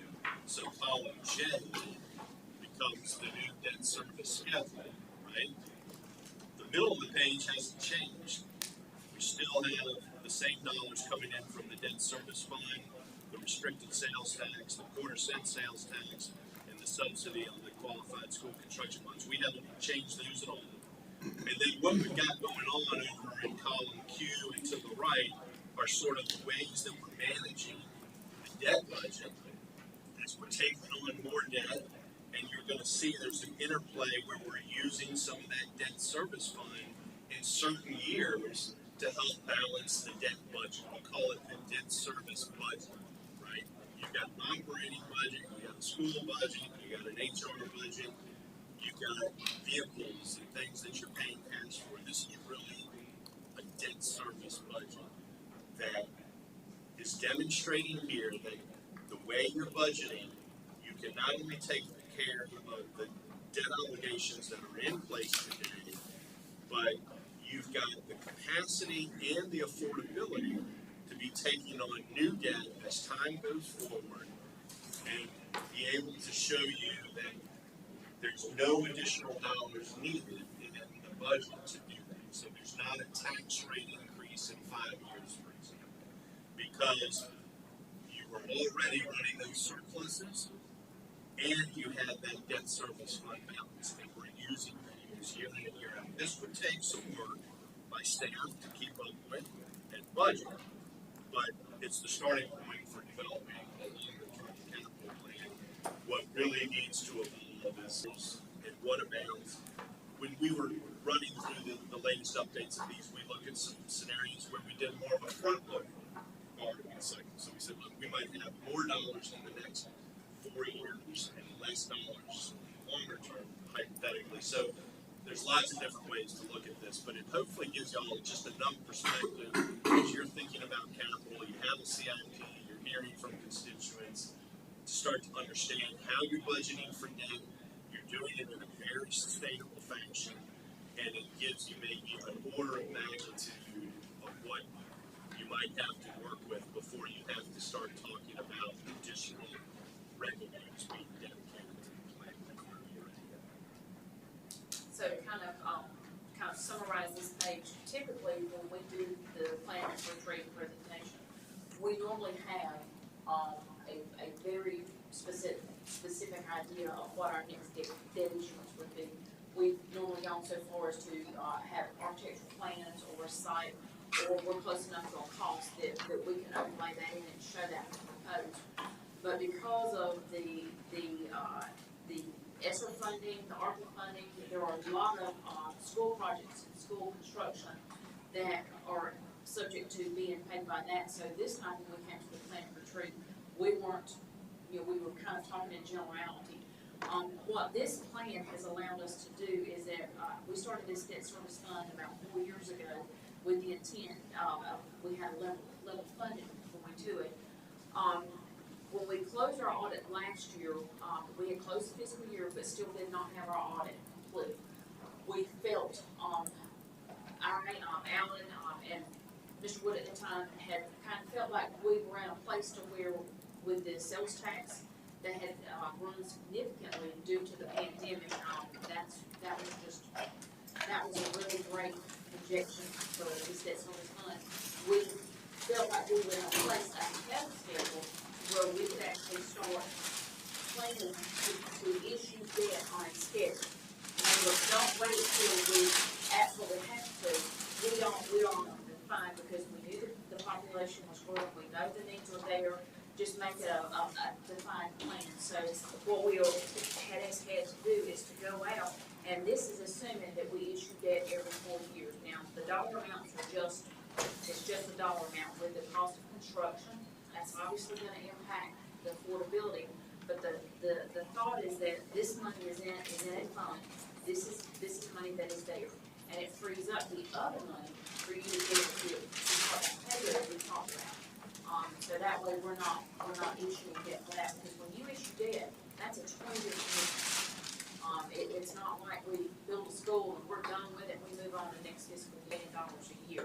And that kind of put it all in perspective for you. But this is, we are continuously monitoring this for our sales tax, and as Ted had stated, and as you'll read through the footnotes, the projections are drawn very, very conservatively, which that was a plan that served us well during the pandemic because, everyone was, they talking about the economy, sales tax, no one knew what was going to happen. Well, we had drawn our projections conservatively when we issued debt, that we felt very comfortable when we got to the pandemic that was not going to impact this. We had the money there to pay our debt, and so that enabled us to continue our operations, and so that's part of that planning that we're talking about. Yeah, let me just, in closing on this, just say that it doesn't include ARPA, it does not include the school's equivalent of ARPA, and it doesn't include, for example, the DPI, Department of Public Construction, that is revamped some needs-based grant programs for school construction. There are other opportunities out there like that would only supplement what this analysis is showing.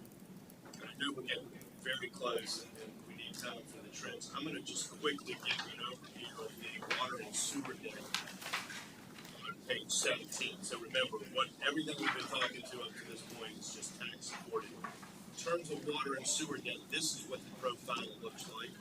It's about $40 million of debt outstanding that has been issued over the years. You can see it goes all the way out to 2052.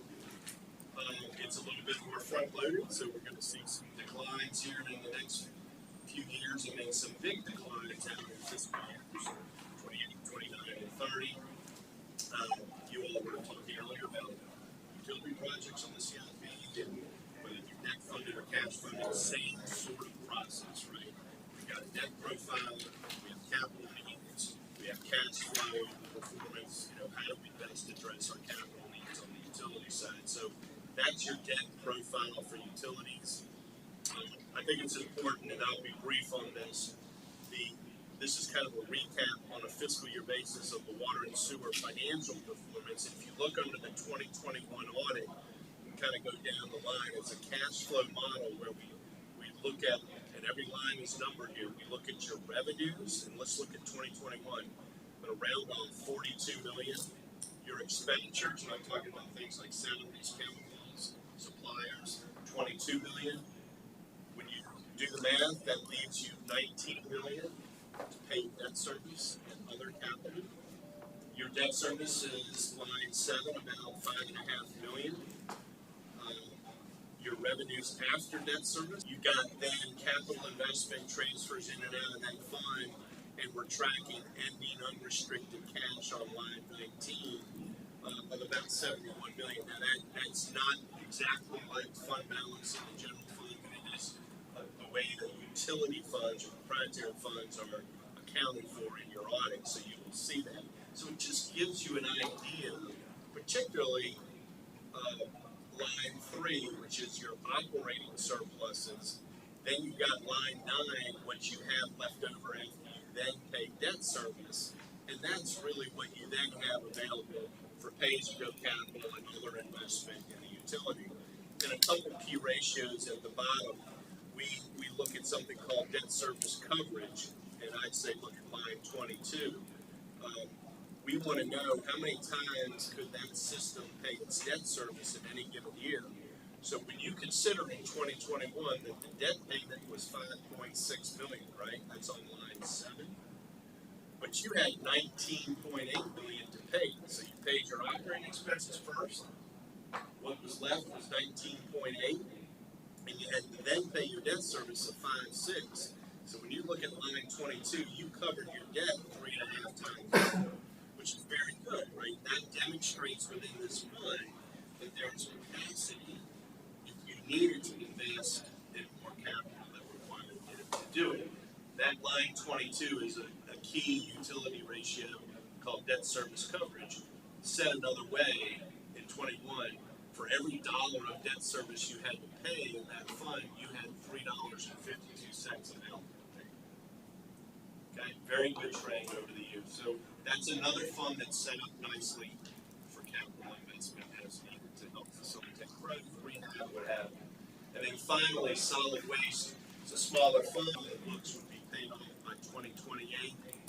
It's about $340,000 of debt service this year, and it will begin to step down. And like the solid waste fund, the water and sewer fund, the cash flows, this fund, solid waste, had about 8.2 million of revenue, 5.1 million of operating expenses, leaving you 3 million on line 3. You had debt service of about 380,000, so when you drop down to line 21, we were able to cover debt member directors with convenience loans and maybe there's another sub-expansion. I don't know the details of the solid waste CIP, but you're set up nicely to be able to have some flexibility to address capital based on these recent trends.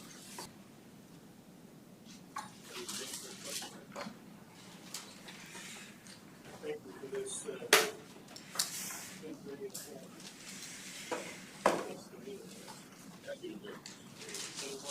Have any questions for the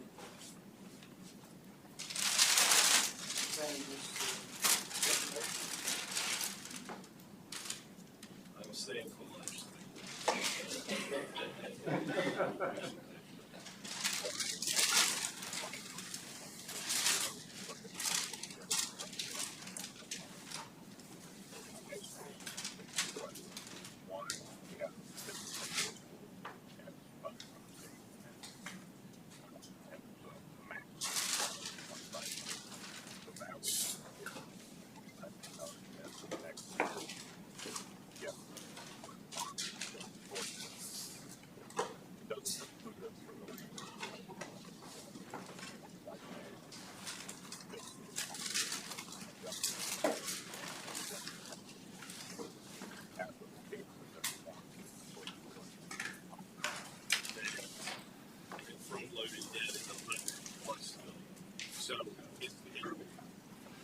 allows you to do less in the outer years, but there is an ability to front load it a little bit. You could, if we solve for 70, we couldn't do 370 all at once, and I know you're not suggesting that, but there is the ability to front load that a little bit and still basically keep it in the money. That's what I think we get to sort of move this discussion. One of these fine projects.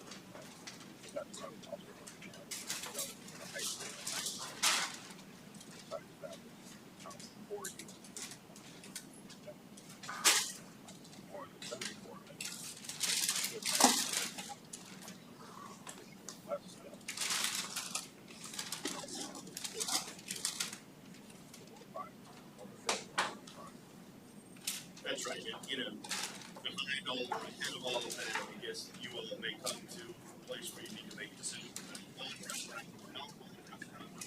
In North Carolina, generally, you can't issue the debt until the project is designed. So that will set the pace of debt issuance as well, right?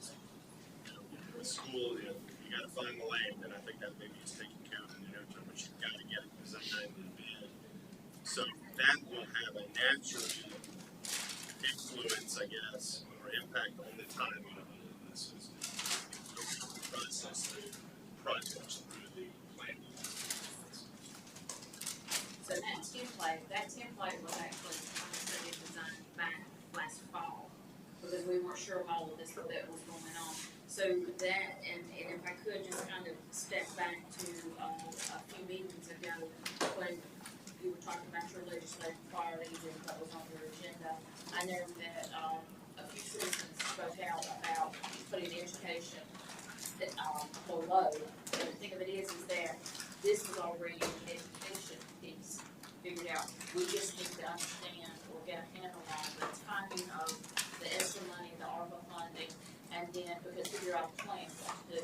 But this plan provides flexibility for us to go in and just run what ifs on it to see our affordability. And like I said, we grow it conservatively, but update it with the definitive number at fiscal year close. So those numbers, you'll see them just pop up every 12 months to the actual. So it's a good tool to use, but it's very flexible.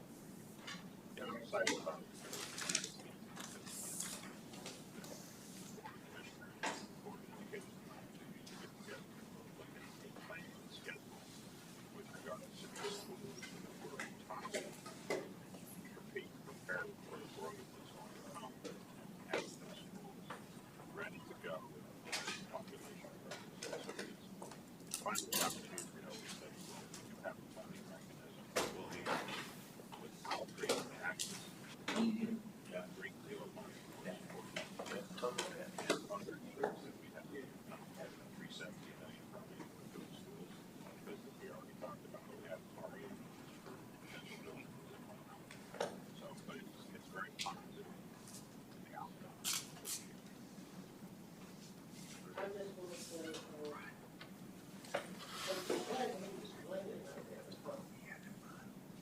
Citizens don't understand this financial stuff that's going on.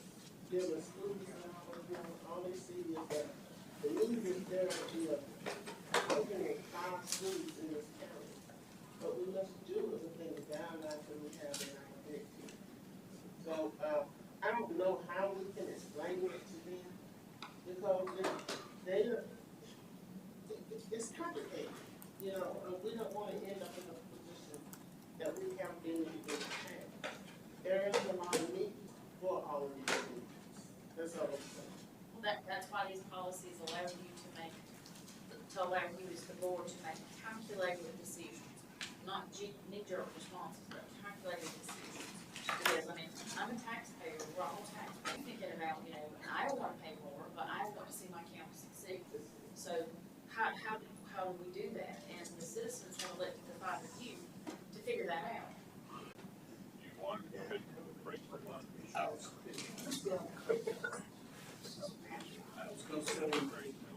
I can do mine during lunch too. Mine's my entertainment.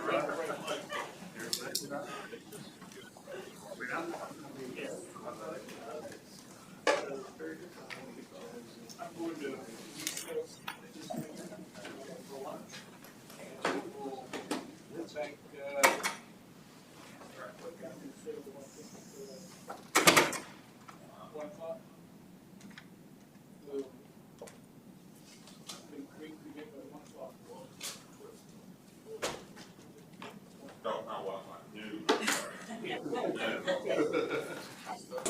It's good it's actually headquarters. Exactly. Go for a walk. Exactly.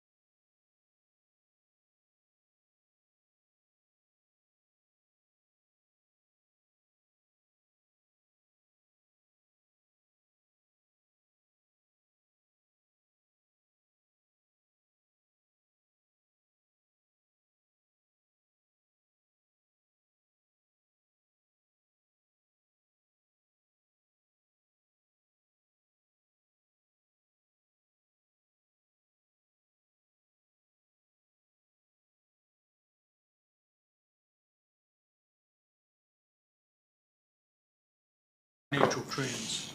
Okay, so basically mine is basically going to tell a story through the charts about where we have been and where we are today. And I've grouped them into 3 different categories. One is the historical context and projected growth. And that's the first one. And we'll just go over a couple of things. And most of this is the data that is based on 2020 information. And that's the most recent information that's on the state's websites. So our first one is the historical population growth in our unincorporated areas and municipalities. And you can see it hasn't grown that much since 2011. It's grown about 4% in the municipalities and about 15% since 2011 in our unincorporated areas. And this right here is another chart about a way to look at the population growth. You can see in the western part of the counties, or the townships in the western part of the counties, that's where our largest percentage growth is.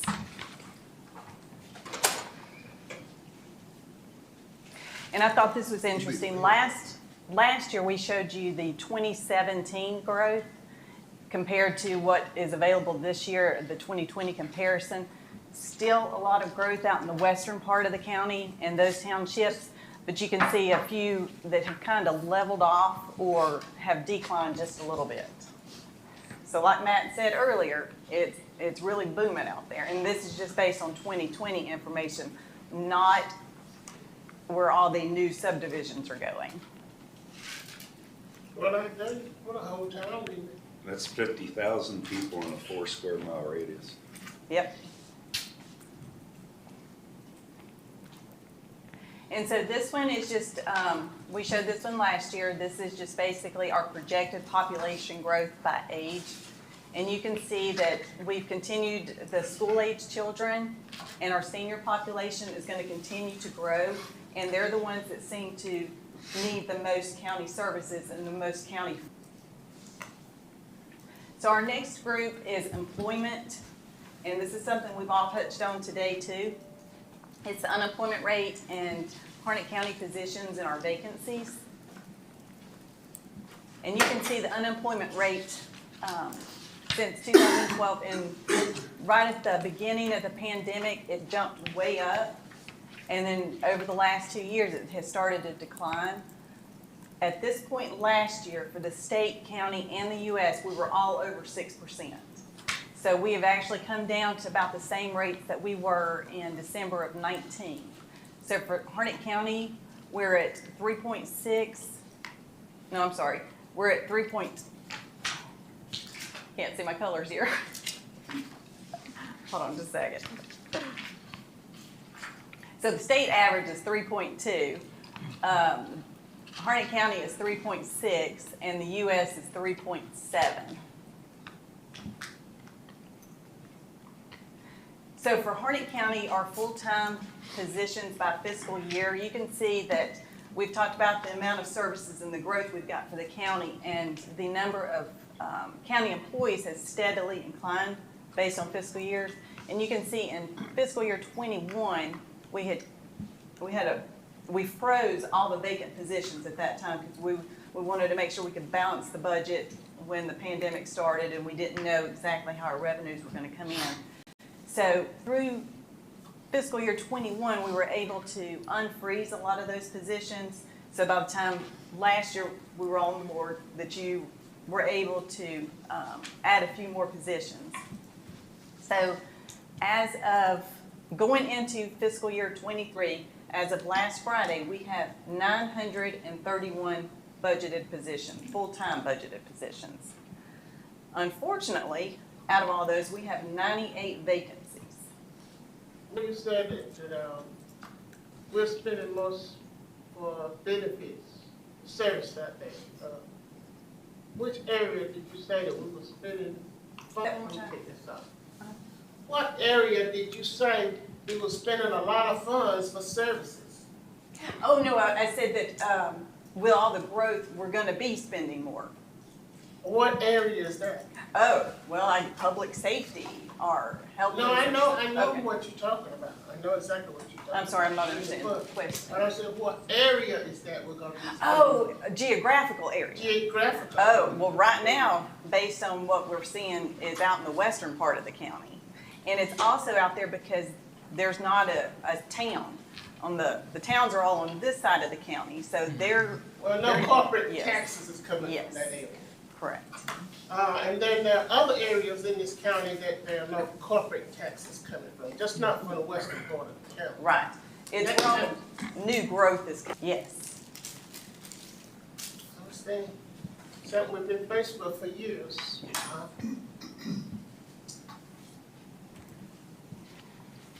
So what I was saying, that we've got 98 vacancies, and most of those are in our public safety departments. So this slide right here will show you, basically, out of our 98 vacant positions, 59 of those are in public safety, which will include animal control. And you can see they've got 6 positions, but 3 of those are vacant, so half their department is out.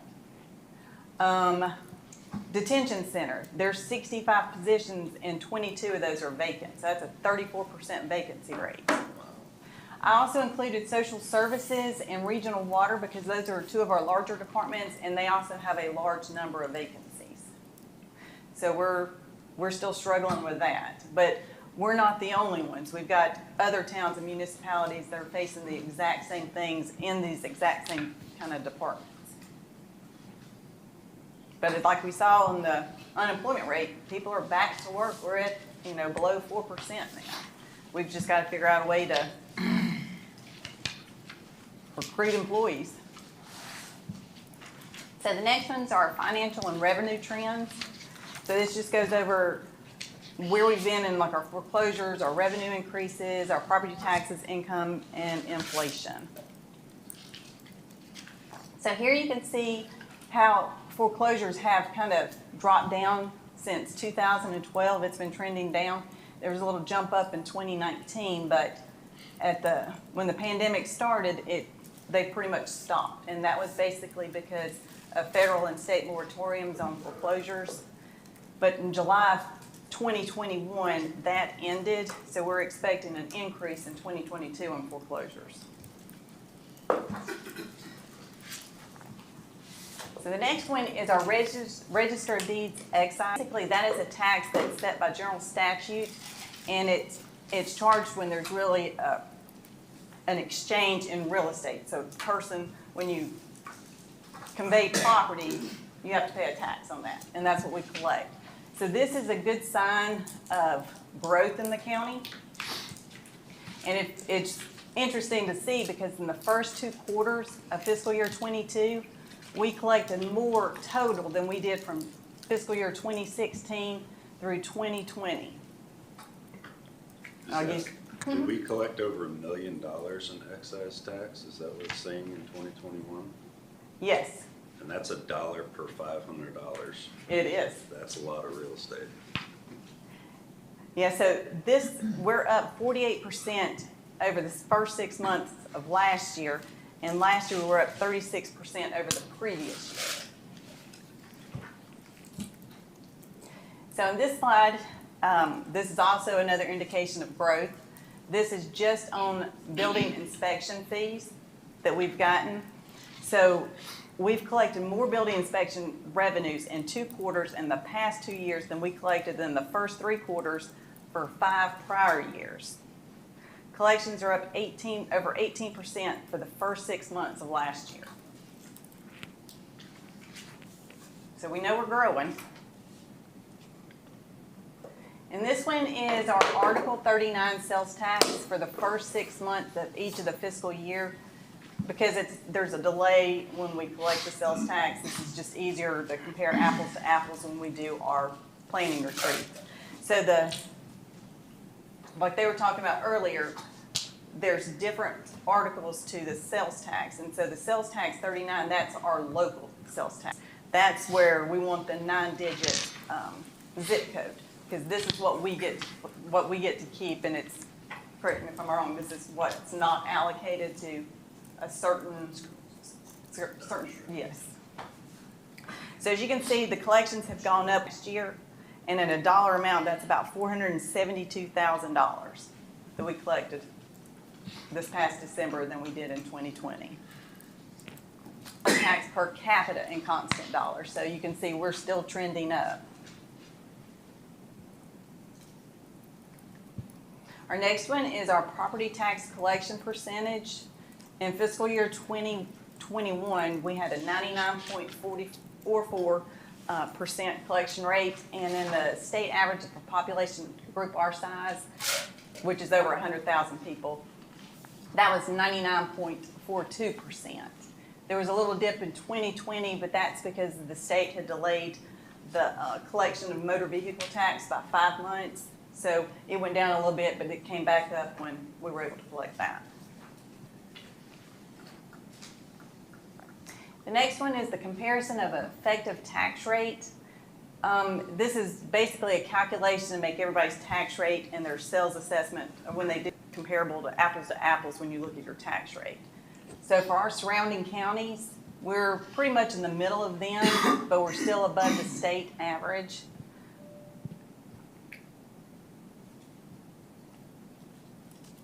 And this one is our historic sales ratio. So basically it compares what our assessed values are, which is the blue line, compared to the orange line, which is market value, which when we complete the 2020 reval, this will kind of balance it back out and bring our values back up to market value. So right now we're about 16% below market value in our assessed values. And this is a comparison of our tax base comparison to our surrounding counties and the state average. So you can see Chatham County has in our comparison group here, has the highest residential values, but they rank 18th in the state per capita values. Whereas Harnett County in this one is number 2, but we're ranked 96th in the county, and out of the 100 counties in per capita values.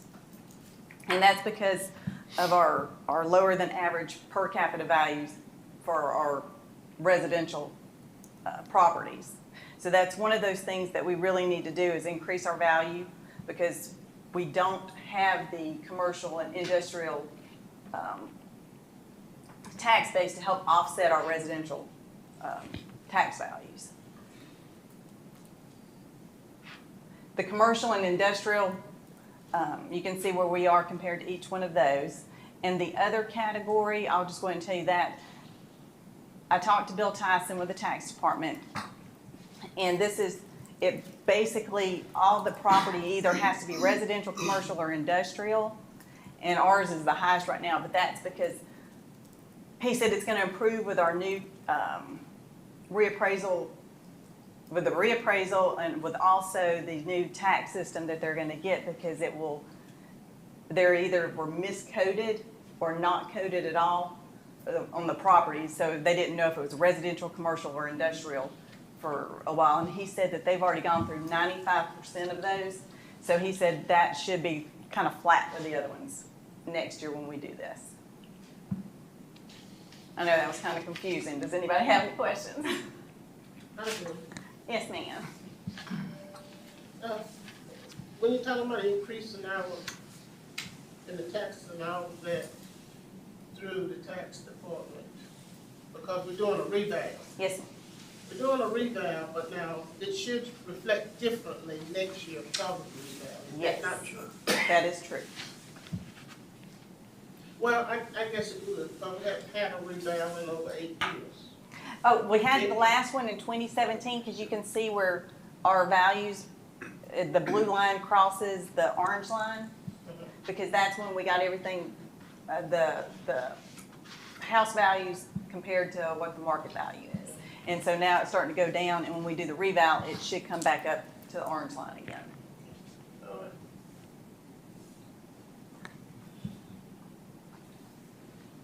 Okay, and this was another thing that we've touched on today too. So our per capita income, our average for Harnett County is a little over $38,000. We are you get to my percentage, we're 24% below the state average, and we rank 83rd out of 100 counties. But our median household income is $55,586, and we still rank 32nd in the state. And that's below the state average of $59,616. So that, excuse me, I'm sorry. Yes, go ahead. So that put us, at what tier level? And our last slide is inflation. And this one is, I was trying to still do everything geographical for us, and this is in the South region, so it still goes kind of like from Texas to Maryland. I think maybe Delaware is even in that group. But it is at 7.8% in our region. And you can see how much it's increased since January of 2019. And this is one thing we need to think about when we're starting to prepare for the budget. The cost of all our items that we're going to need for the departments. This is going to have a big effect on it.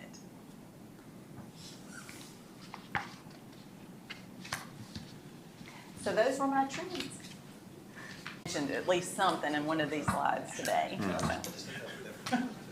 need to. Yeah, the other thing that I'll say with regards to these numbers that we're seeing is that it's good and bad. Obviously, our collection numbers are good, our population's growing, the community's growing, but we also see with inflation and so forth, it's going to have an issue.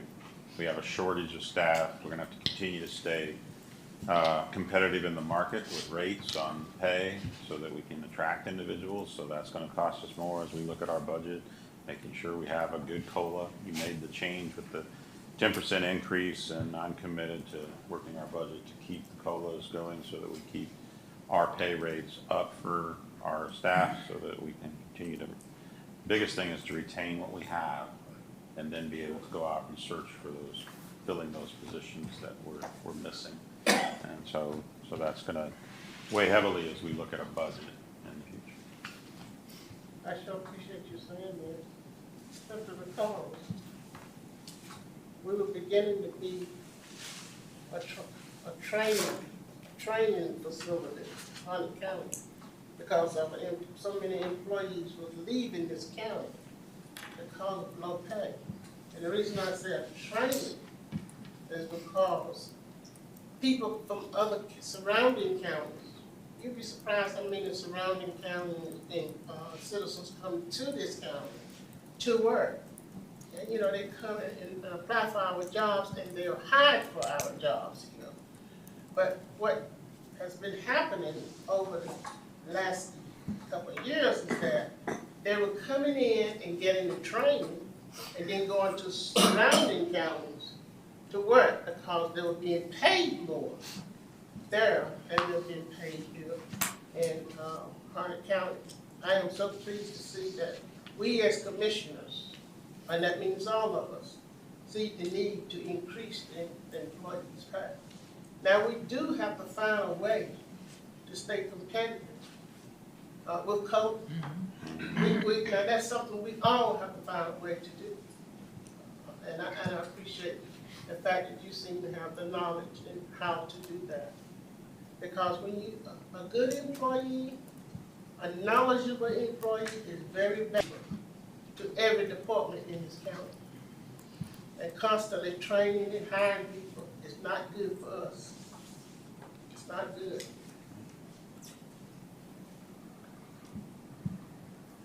Thank you, Ms. McCoy. Any other comments or questions about anything we've covered so far? If not, Brent, we'll turn it over to you to talk about goals and priorities. All right, thank you. Well, the next phase we're going to transition into is, you all did some hard work already when it came to actually approving your strategic plan. And so I felt that we didn't need to go back and rewrite what we think our priorities are. So I made a copy of the strategic plan to make sure you had one to reference. As you look at the strategic plan and you go to each of those strategic goals, you see under each strategic goal that there is a set of what are called strategic actions.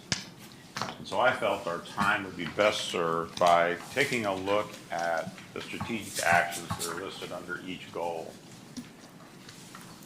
And as you look at them, some of them you'll see we're already doing. We've already made steps towards accomplishing some of them. We've got things in process as staff to address them.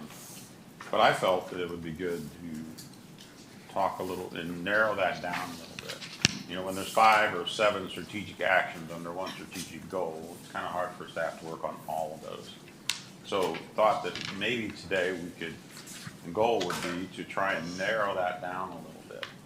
And so what you have a score sheet and you have each of those strategic actions, and have you as commission first discuss amongst yourselves what you think some comments are you might make regarding what you think are the most important strategic actions.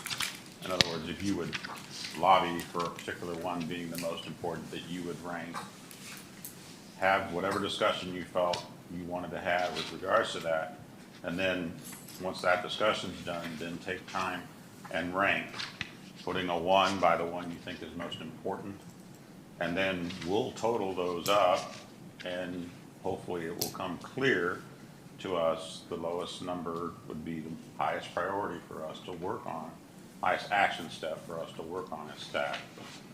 And then that way we know we'll focus on the top 2, say, out of 5.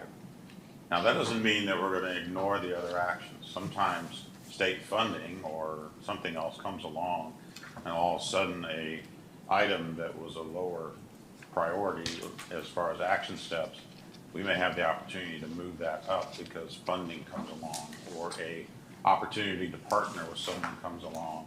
All of a sudden we'll start working on that because it's an opportunity type thing. But looking at trying to get us some more information as staff as to where the board feels we need to be spending our time. So that's my purpose, how I want to move forward with that. And I don't know that it will take that long to do because this is so fresh, having recently approved the strategic plan and gone through that process. But that's how I'd like to proceed with this, to help at the end of the day give staff more guidance as to where we should be spending our time now. And money, because that does translate into money as we do our budget. So I'll turn it over to the chair to kind of lead any discussion. It might call on commissioners that might want to make comments, starting with strategic goal number 1. All right, very good. Well, the first item is superior education.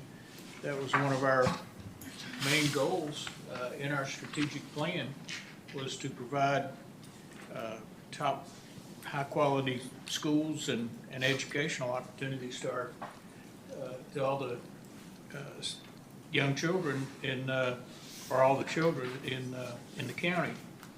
And we had a number of, I guess these strategic actions are based on a combination of input from the commissioners, the staff, as well as citizens. But what we have to do is prioritize what we want staff to work on. So, you know, I'm open to any comments or any questions, discussion. Otherwise, if there is none, you have 5 strategic actions there, and what we'd like for you to do is rank them 1 to 5.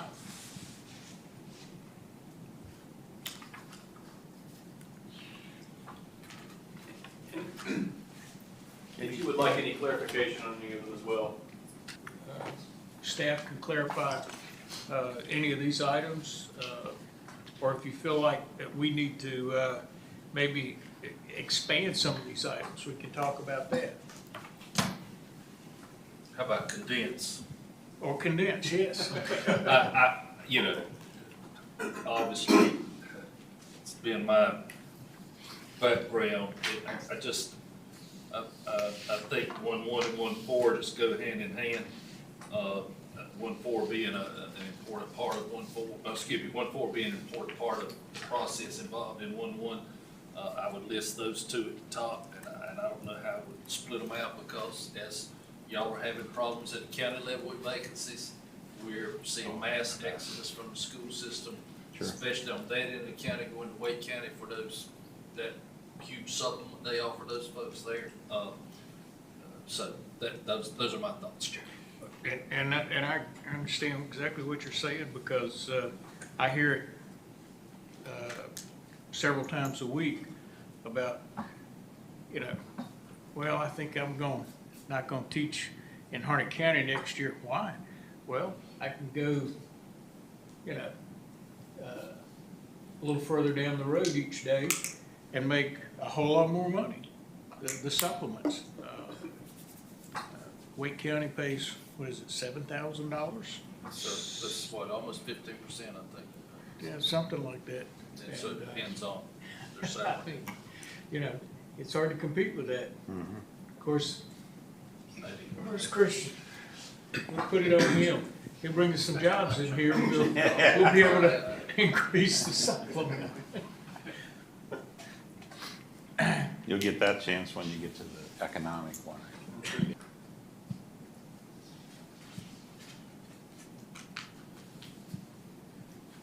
Any other questions or comments?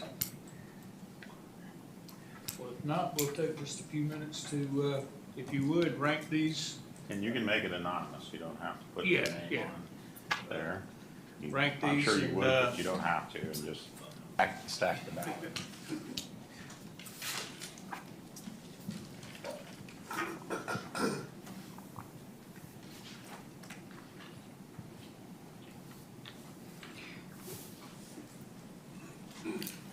I guess we could, you could have 2 1s or 2 2s or whatever. I reckon, yeah.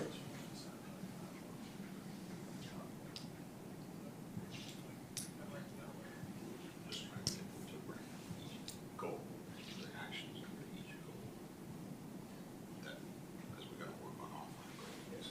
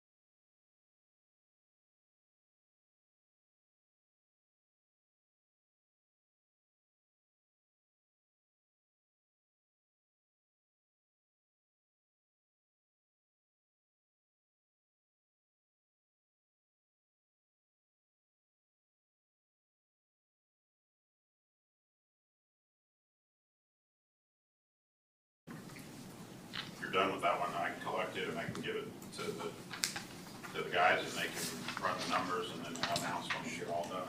Sure. I do want to separate. Here.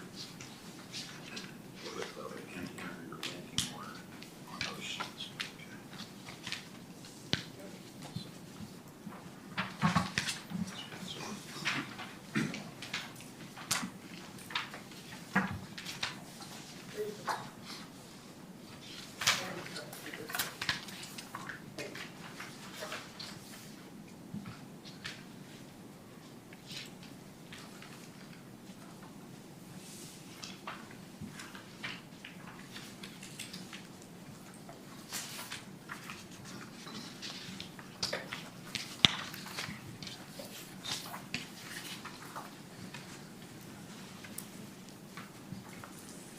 All right, you want to talk about the next item, organizational excellence? Yeah, organizational excellence. There are 7 actions that are considered there, so actually a little more thought might have to go into what we're looking at. The good news is, as you rank them, there are some things that I was going through this and really studying what you've done. There are some ideas that I have related to ways we can work on some of these things that I've done in other communities, so I'm looking forward to attacking this one. Definitely feel that this is an area that I'll be focusing on to continue to improve our operations and our organizational excellence. Where do we stand on completing the compensation study? We are currently in the process of completing all of the job descriptions. You have to have all of our job descriptions accurate. Because when we hire a consultant to do the comp study, that study has to have good job descriptions so that they can compare us to other communities and other private sectors in order to be able to really give us a good handle on our job compared to others, so then you match up the salaries based on that. So we're getting close to doing that. There's probably 2-3 months, would you say, Brian, on job description stuff? Yes, we're near the end of that process. The next steps will be having staff departments review the job descriptions for accuracy, and then we will have that in place. But we're already working on, Brian's already starting to put some thoughts together regarding an RFQ for the compensation study, so that as soon as we wrap up the job description part, we can then get ourselves an RFQ out there to hire a person to do the comp study. Because that's critical, as we know what we can look at specifically for this year as it relates to salaries, but as we go into future years, we want to use that comp study to help guide us, and we may need to make some mid-year budget changes to some of those salaries. I mean, really, to me, you gotta have accurate job descriptions before you can do a good job of evaluation. Yes. Or yeah, there are many important training factors. or education or anything like Yeah. that. I mean, Yeah, and it's not an easy task, because as time goes, jobs morph into doing other things. And you might start out hired for one thing, but then there's a new need that's placed on us. So then that person gets that added to their job, and it has to be added to the job description to fully to define what the individual is actually doing for us.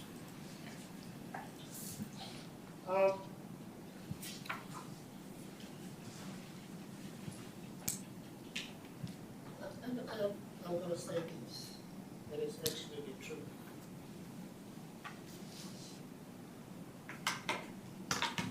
I was born and raised in town. And a lot of employees come to me and they talk to me about issues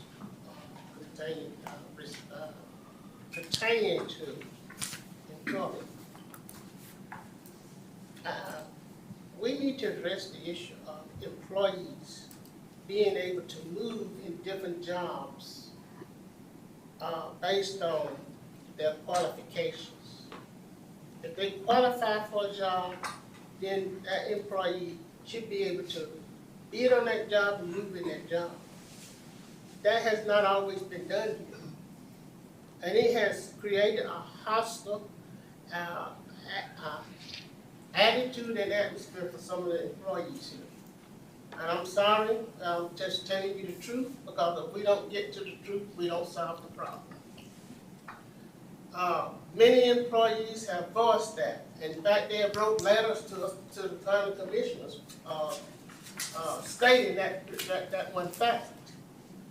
We have got to change that, because it creates a hostile attitude amongst the employees of this county. So I'm hoping all of you all are listening to this, and I'm hoping that I'm saying we as well as myself, are willing to make a change here. Because if we don't make a change, we're not going anywhere. Because this, the strategic plans, whatever we wanna do in this county, how we wanna move this county forward, depends on the employees that we employ here in this county. And we need to think about that. Projects, we need to think about projects because we're trying to create projects to, find jobs, economic development for jobs, the airport and all that kind of stuff. But we need to look at other things too, because without good employees, we are not going anywhere. And I'm sorry to say it, you may not agree with me, but it's true. It is really true. And I feel pain from the employees that just go to food line. It's coming to me, Mr. McCoy this, Mr. McCoy that, Mr. McCoy that. I don't say anything to them, but I'm telling you all, this is where it should go. Right here. We need to think more of our employees than we do. Teachers too. We need to think more about what they provide for this county. And I guarantee you, you'll get more out of it. Because of employees that are satisfied with their job, and the majority of them are, they're gonna put out more for you. They're gonna do their very best to make this their job, the best job that they've ever had. Because I know that for a fact. I'm hoping I'm not saying things that you all look at me like I'm the only one that's seeing this, but I'm hearing this and I'm seeing this. And that is why I was so pleased to know that we gave them an increase in pay. When you have a hospital employee, that don't help us. That's all I gotta say. Well, Mr. Chairman, I think that goes for any job, for any organization, any company. You've got to have happy, educated, satisfied employees, or you're not gonna have good employees. And that all starts with education. Educate your employees first, and then hire good employees and keep good employees. So I say it goes beyond the county. And I think something that may help some of that is by having accurate job descriptions and job requirements. And evaluations, better evaluations. Yeah, and there's relevant and current job evaluations and performance reviews. I think all of those will help what Ms. McCoy said. Because if an employee is getting bad reviews, they don't come to work, or they don't come to work on time.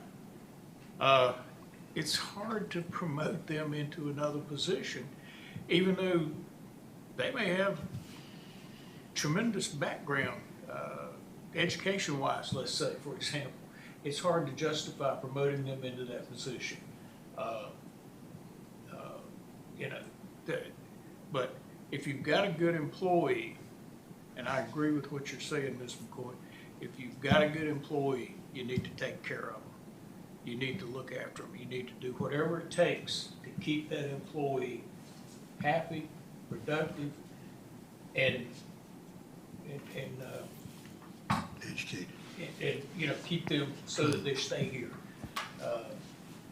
So I agree with what you're saying, Ms. McCoy.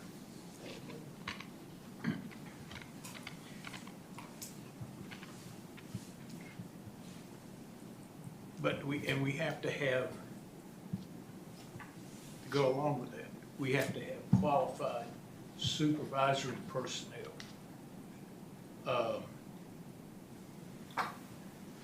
We can't do an evaluation on an employee down there, because I don't know what they do. I mean, I don't know their job. I don't know how to run a wastewater treatment plant or a water treatment plant. But we've got to have qualified, trained people in management positions in order to help with what we're talking about too. I agree with you, and the reason I'm so passionate about this is because when I was first elected, you know, we had employees that the county was paying these employees to stay here, big lump sums of money to stay here. We shouldn't be in that position. If you have an employee that love their job and is willing to put everything in that job, you shouldn't have to go somewhere else to work because they're not gonna want that. I'm telling you what I've seen and what I know. Hey, you're right. And that's just me. I'm just saying, we're not doing ourselves any justice without recognizing the need of employees and where we need to start. Excuse me for taking up so much time. Where we need to start is with the heads of these departments. These people need to be trained. I have not seen any training since I've been here. I don't know what they've been doing. But they need to be trained. Every employee, regardless of who they are, what ethnicity they are, or what race they are, is important to this county. If they're a good employee, they're gonna be the one to move us forward, not backwards, forward.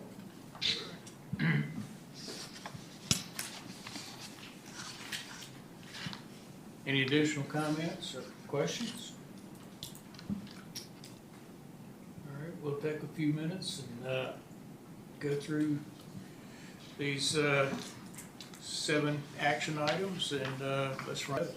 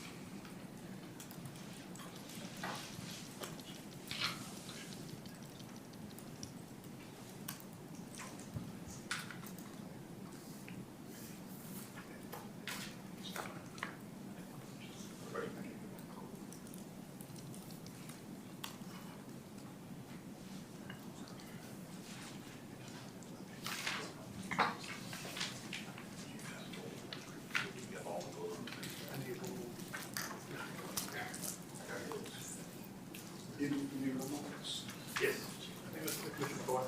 I'm sorry. Oh, that's okay, that's all.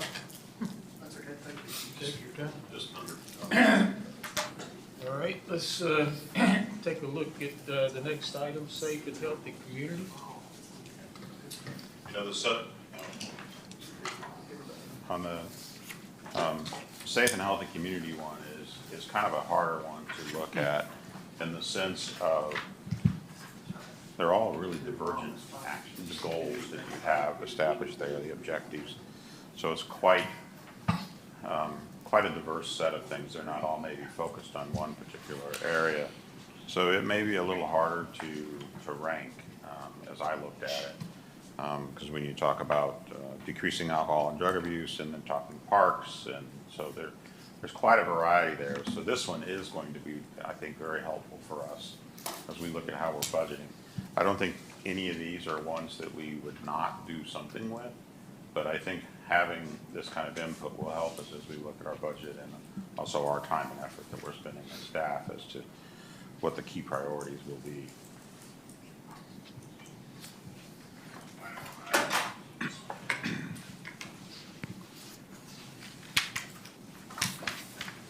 Any comments about any of these items or questions?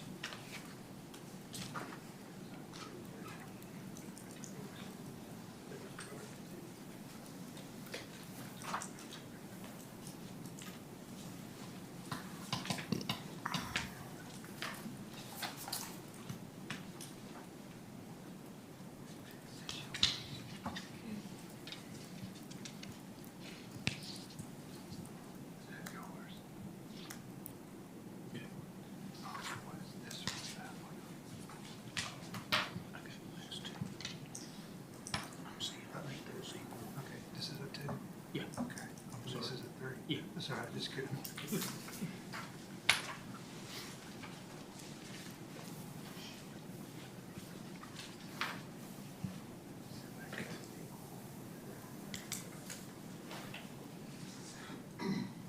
I guess I'm talking too much.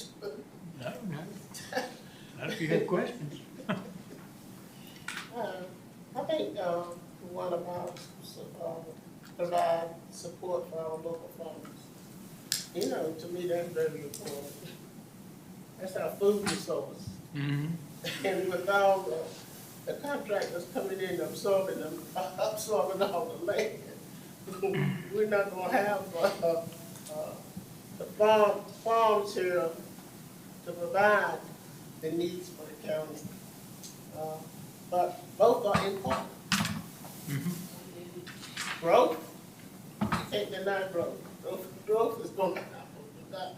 So what you do, or how you try to control it, we're gonna have growth. And growth is part of progress, I would say. Yep, you're right. I just wanted to throw out, when you put the farmers over here, it's very interesting. It is very interesting.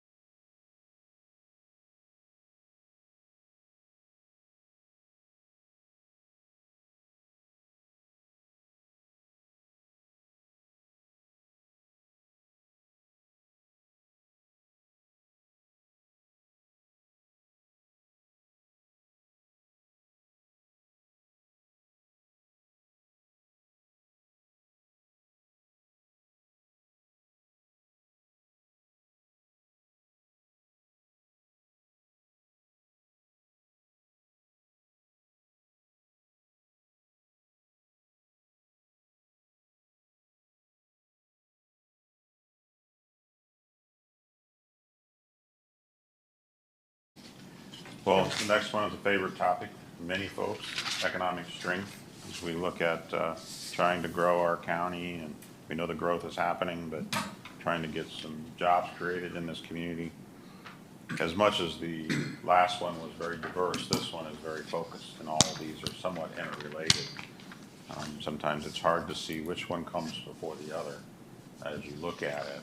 And I think that's in obviously the eye of the individual as to how they see this growth occurring, which area they think needs to come first.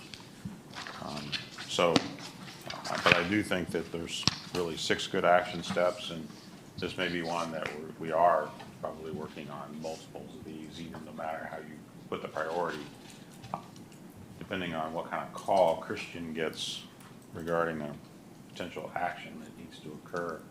One of the actions could end up taking a greater priority all of a sudden based on the call of the person that walks in the door. So as much as the ranking is important, it ends up being that there probably is a likelihood that a lot of these are going to be worked on at the same time.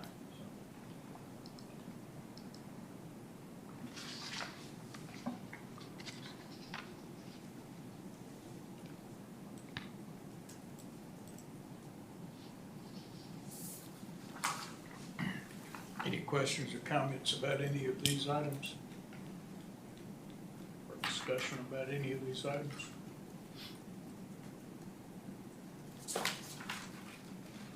Biggest problem I have is what's one and what's two. If we put one by all 6. Well, that doesn't quite work. Sort of defeats the purpose of what we're doing. Yes, but I can see why you might say we need to put a 1 next to each one of them. And yeah, you get to the, maybe 2 or 3 and you go, I don't know which one I feels better than the other. It's kind of they're all kind of the same, but yeah. They both got 1s. Yeah, and that's why I say I think that there's a good chance that on this particular goal, a lot of these strategic actions will be worked on no matter what. Yeah, it's like we're going to focus. a couple of them can be simultaneously done, just so you can get to another one of them. Right. They go hand in hand, so. Yeah, I think if you look at, some of them may be priority now, but then there'll be a lull. I mean, you look at the things we're trying to get done at the jetport. We get 2 or 3 of them done, there's gonna be a lull because of funding availability that comes with the state. We may not be able to work on anything at the jetport after a period of time. Well, I mean, it's like broadband. Broadband is a very high priority, Yeah. but I think the funding's in place. We have a plan in place. It's just a matter of Waiting for it to get implemented. Right, yeah. Yeah, and some of these do take long extended periods of time to get fully implemented. Put the time and effort at the beginning, and then we just monitor the progress as it gets implemented. So. And this last one, and I know I've already been alerted to the fact that there's a lot of people that are gonna be looking to see how we do on the last item here.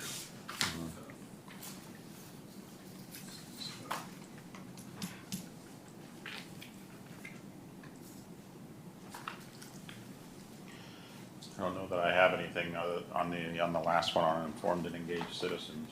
I think that it's obviously a goal that we want them to be informed. The first 4 items are items that we're trying to accomplish things, and really the last one is keeping them informed. Bring a few things. It's another thing where they could all be simultaneous at the same time, not be rounded with it. Yeah. I only made it to number 3 on this one, so. Yeah.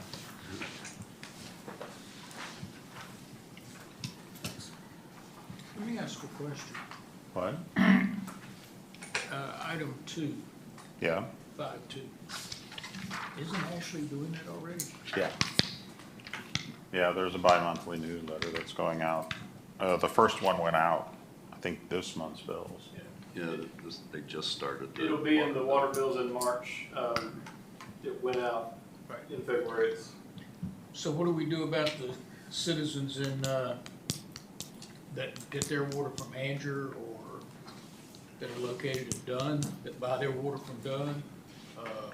Yeah, that's something that we're gonna have to address at some point. I mean, it was an easy target to get it out to our customers and our bills. But you're right, we'll have to figure out another way that we can get it out to others. Unless we can work out something with, is it just Anger and Dunn that are selling water to customers? I think so. Lillington, does Lillington? I know we built. bills and collects their own. Maybe it's gonna be this one. Right. Irwin is us, Dunn is their own. Coach? I think we do coach. I think we do Coach. Yeah. Do we do Lillington? Lillington's like Andrew. Okay, so Andrew, Lillington, and Dunn, maybe we could work out something with the Yeah, various usually- town managers to include it in their water bills. Yeah. I know Andrew puts things in the water bills, of course. See, a lot of people are paperless, is the comment that I hear back on that one. Well, that's what I was just getting ready to say. Cully, you know as well as I do, people open that, they want to see the bill and the rest of it goes in the trash. Yeah. Maybe we can get one of these pilots to fly us up and we'll drop leaflets. And we'll get Cecil. We'll get Cecil. Then we'll have a convenient site full of newsletters. At one time, I know folks been doing this now, as Colin Brown. We were doing newsletters. And we was taking them to the western part of the county to distribute. They sure did, they stores, opted out to save that paper. traffic. Where people traffic, you know, so they can pick them up, keep them educated as what's going on in this part of the county and all over the county. But now, we did that in the western part of the county, but I don't recall us doing that in any other parts of the county. Because you gotta remember, without broadband, a lot of senior citizens don't have access to computers and videos and all of that. So that was one way for them to get the news about what the county was doing, what the county commissioner was doing all over the county. Are we still doing that? I'm not sure about going out, we're not going out personally and distributing anything physical. But I think our approach has been and continues to be, we want to do everything we can in every approach. We want to keep doing digital. We want to enhance what we're doing digitally, but we also want to do as much as we can in person. When we had the in-person community meeting as part of this plan development, we asked, they said we want to hear more from the county. And our question always is, when we've done, the Benhaven community meeting, when we were doing Shawtown, how do you get information? What's the best way we can get you information? And I think that's where the idea of trying everything we can to hit people in multiple ways. And the more you see something, the more you may be aware of it. We want to direct people to the website, but we know that doesn't work for everybody. So we've got programs that Ashley and I have talked about. One is community groups can request a presentation from either a county department or a broad presentation, and we'll send somebody out to their group to talk to them about county items. We have made email lists with church, church secretaries and church email addresses to try to get it out to churches in hopes that maybe that information gets put in the bulletin if it's relevant enough. So we're really taking no option is off the table. And obviously with different ideas, capacity is an issue for sending people out to put flyers in different communities. How many, we need staff to do that. Or one thing that we're also looking at is community kind of liaison. So if you get somebody that's very vocal out in one part of the county, we'd like to recruit them to help us. How can you help us spread the word? We can print copies of flyers if you are willing to go take them out. So really, we do have a lot of challenges in this county in terms of communication, but we want any suggestions that are out there for how we can do that better. Are we looking at like senior citizens clubs? I know they've got one in Northwest Harnett, they've got one in Anger. Community centers like in Coates.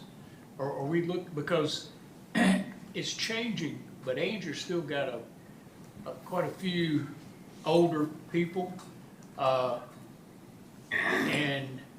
they don't have a computer. Many of them don't even have a smartphone.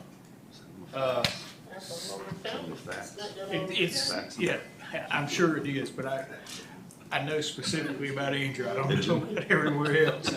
But I mean, they do go to the senior citizens center. I don't know, I can't say for certain that's happening, but it is something that that's a good idea, but we're not doing it. You know, I think our goal in communications is really, we want every citizen in this county to be aware of what's going on and programs that could help their lives. So that's the intent, and how we accomplish that, we're very much looking for ideas. You put an insert in the Dunn newspaper?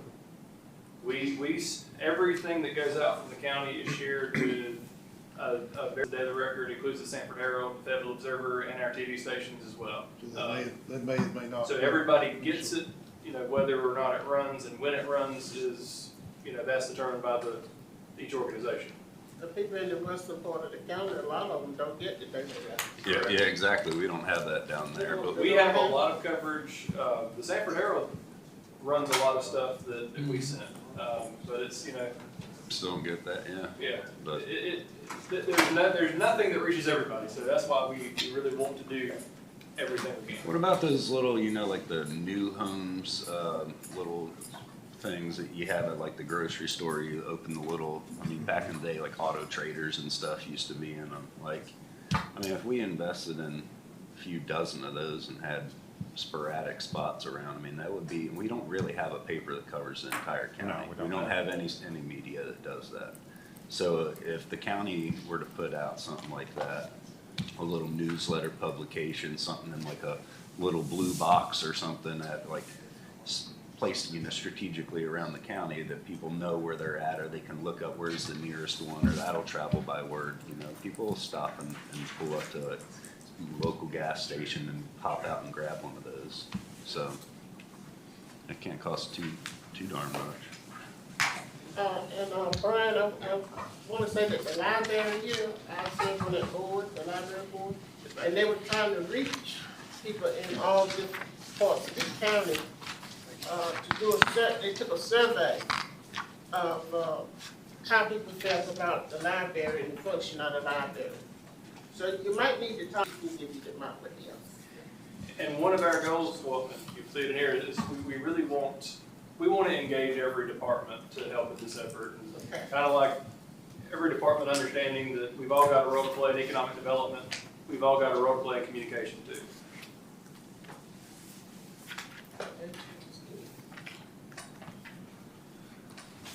I know a few people in the county. You probably just have to mention some things to, and it'll make its way It goes. around here. That's the best way. But then that's that like mouth to ear, and then what story do you get at the end?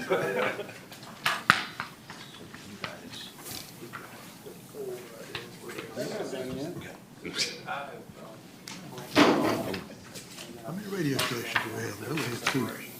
How many radio stations do we have in Harnett County? We only had two. There's one out I there, couldn't even name them. Oh, okay. PYB and CTV. The radio stations in Harnett County. Just wondering how many we have. I know we've got those two. Wouldn't make sense if we don't staff out direct. Not coming across. How many radio stations do we have in Harnett County? Because I know they make public service announcements. CKB is the only one I know of. PYB. That's in Benson. Yeah, it's in Harnett County. Oh, is it? Yeah. Oh, it's two. Yeah. It's the only I two. know they are. If they make announcements, it goes all around Harnett County. That's I gonna just be a wonder if hard it was one out task, west. trying to get information all over the county. That's a hard task, to come up with one way to do it. We have nothing out there. We talk by smoke signals out on the western side. You're out there. Could hand you some leaflets that you hand them out. Chair, I think we're close to being done. They're gonna add numbers on the last one, but I can give you all a bit of report out here on these and how they ranked. We'll do a full printout for you of how they all ranked, but I'll just give you the top three, how they were ranked. So under strategic goal 1, the number one action was action 1.1, which was engage school administration proactively discuss and coordinate budget priorities. And action 1.4 was the second priority, which is address teacher supplements to increase competitiveness in the region.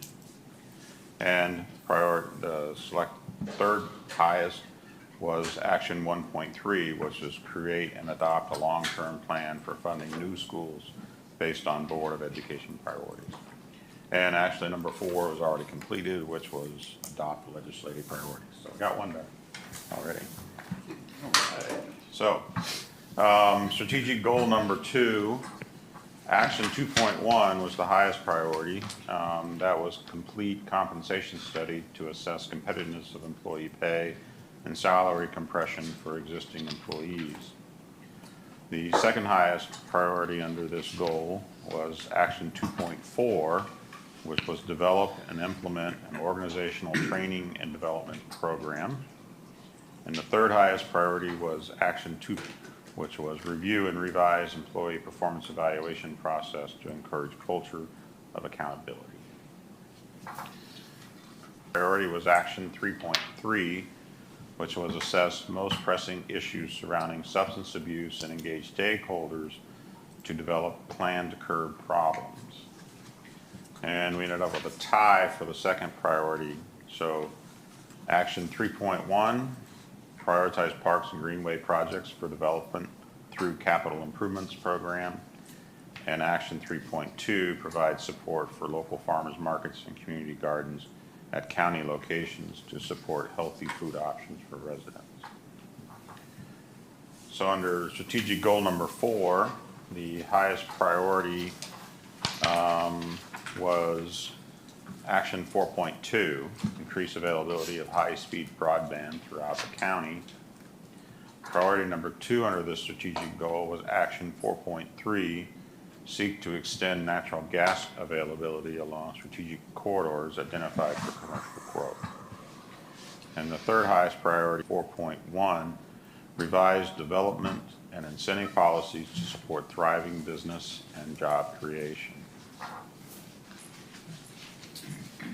And under our strategic goal number 5, highest priority was create and distribute bi-monthly county newsletters and Harnett regional water bills.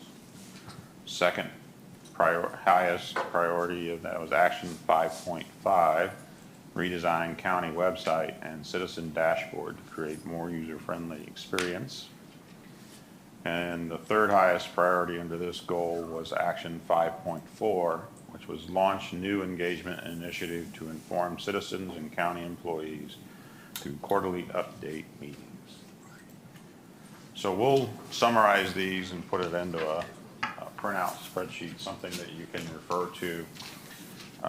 That really is very helpful for us. Those are things that now we can have better focus on our time and our effort and our funding as we look at things going forward in the budget. So very appreciative of taking the time.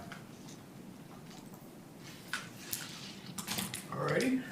Well, I'm going to take this opportunity to thank everyone. Fellow commissioners, thank you for being here today and participating, your input, your questions,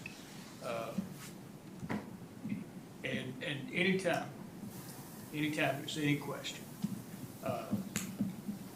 it needs to be brought out, regardless of what it is. I want to thank staff for being here, providing information to us. The information that you provide helps us make decisions on moving the county forward and how best to do that. So, you have my deepest appreciation to all the staff. Thank you so much. And does anyone else have any words before we adjourn? Staff? I want to say to Brent, thank you. Prioritizing the board's goals was a great idea, and I've never seen that done before. So thank you. You're welcome. Anyone staff have any comments or any questions you want to ask the board? I just appreciate everybody working together as a team, moving our county forward. We have a lot of good things happening, a lot of wonderful opportunities. We'd like to be a part of it. Thank you for what you do. And I would echo that and just say I appreciate the board's commitment to the strategic planning process. Having been involved in it, I think it really is something that we've needed, and I think it will be very beneficial to staff and the county going forward. So thank you for your commitment to that. Well, thank you all for those comments, and if there's nothing else, I will entertain a motion to adjourn.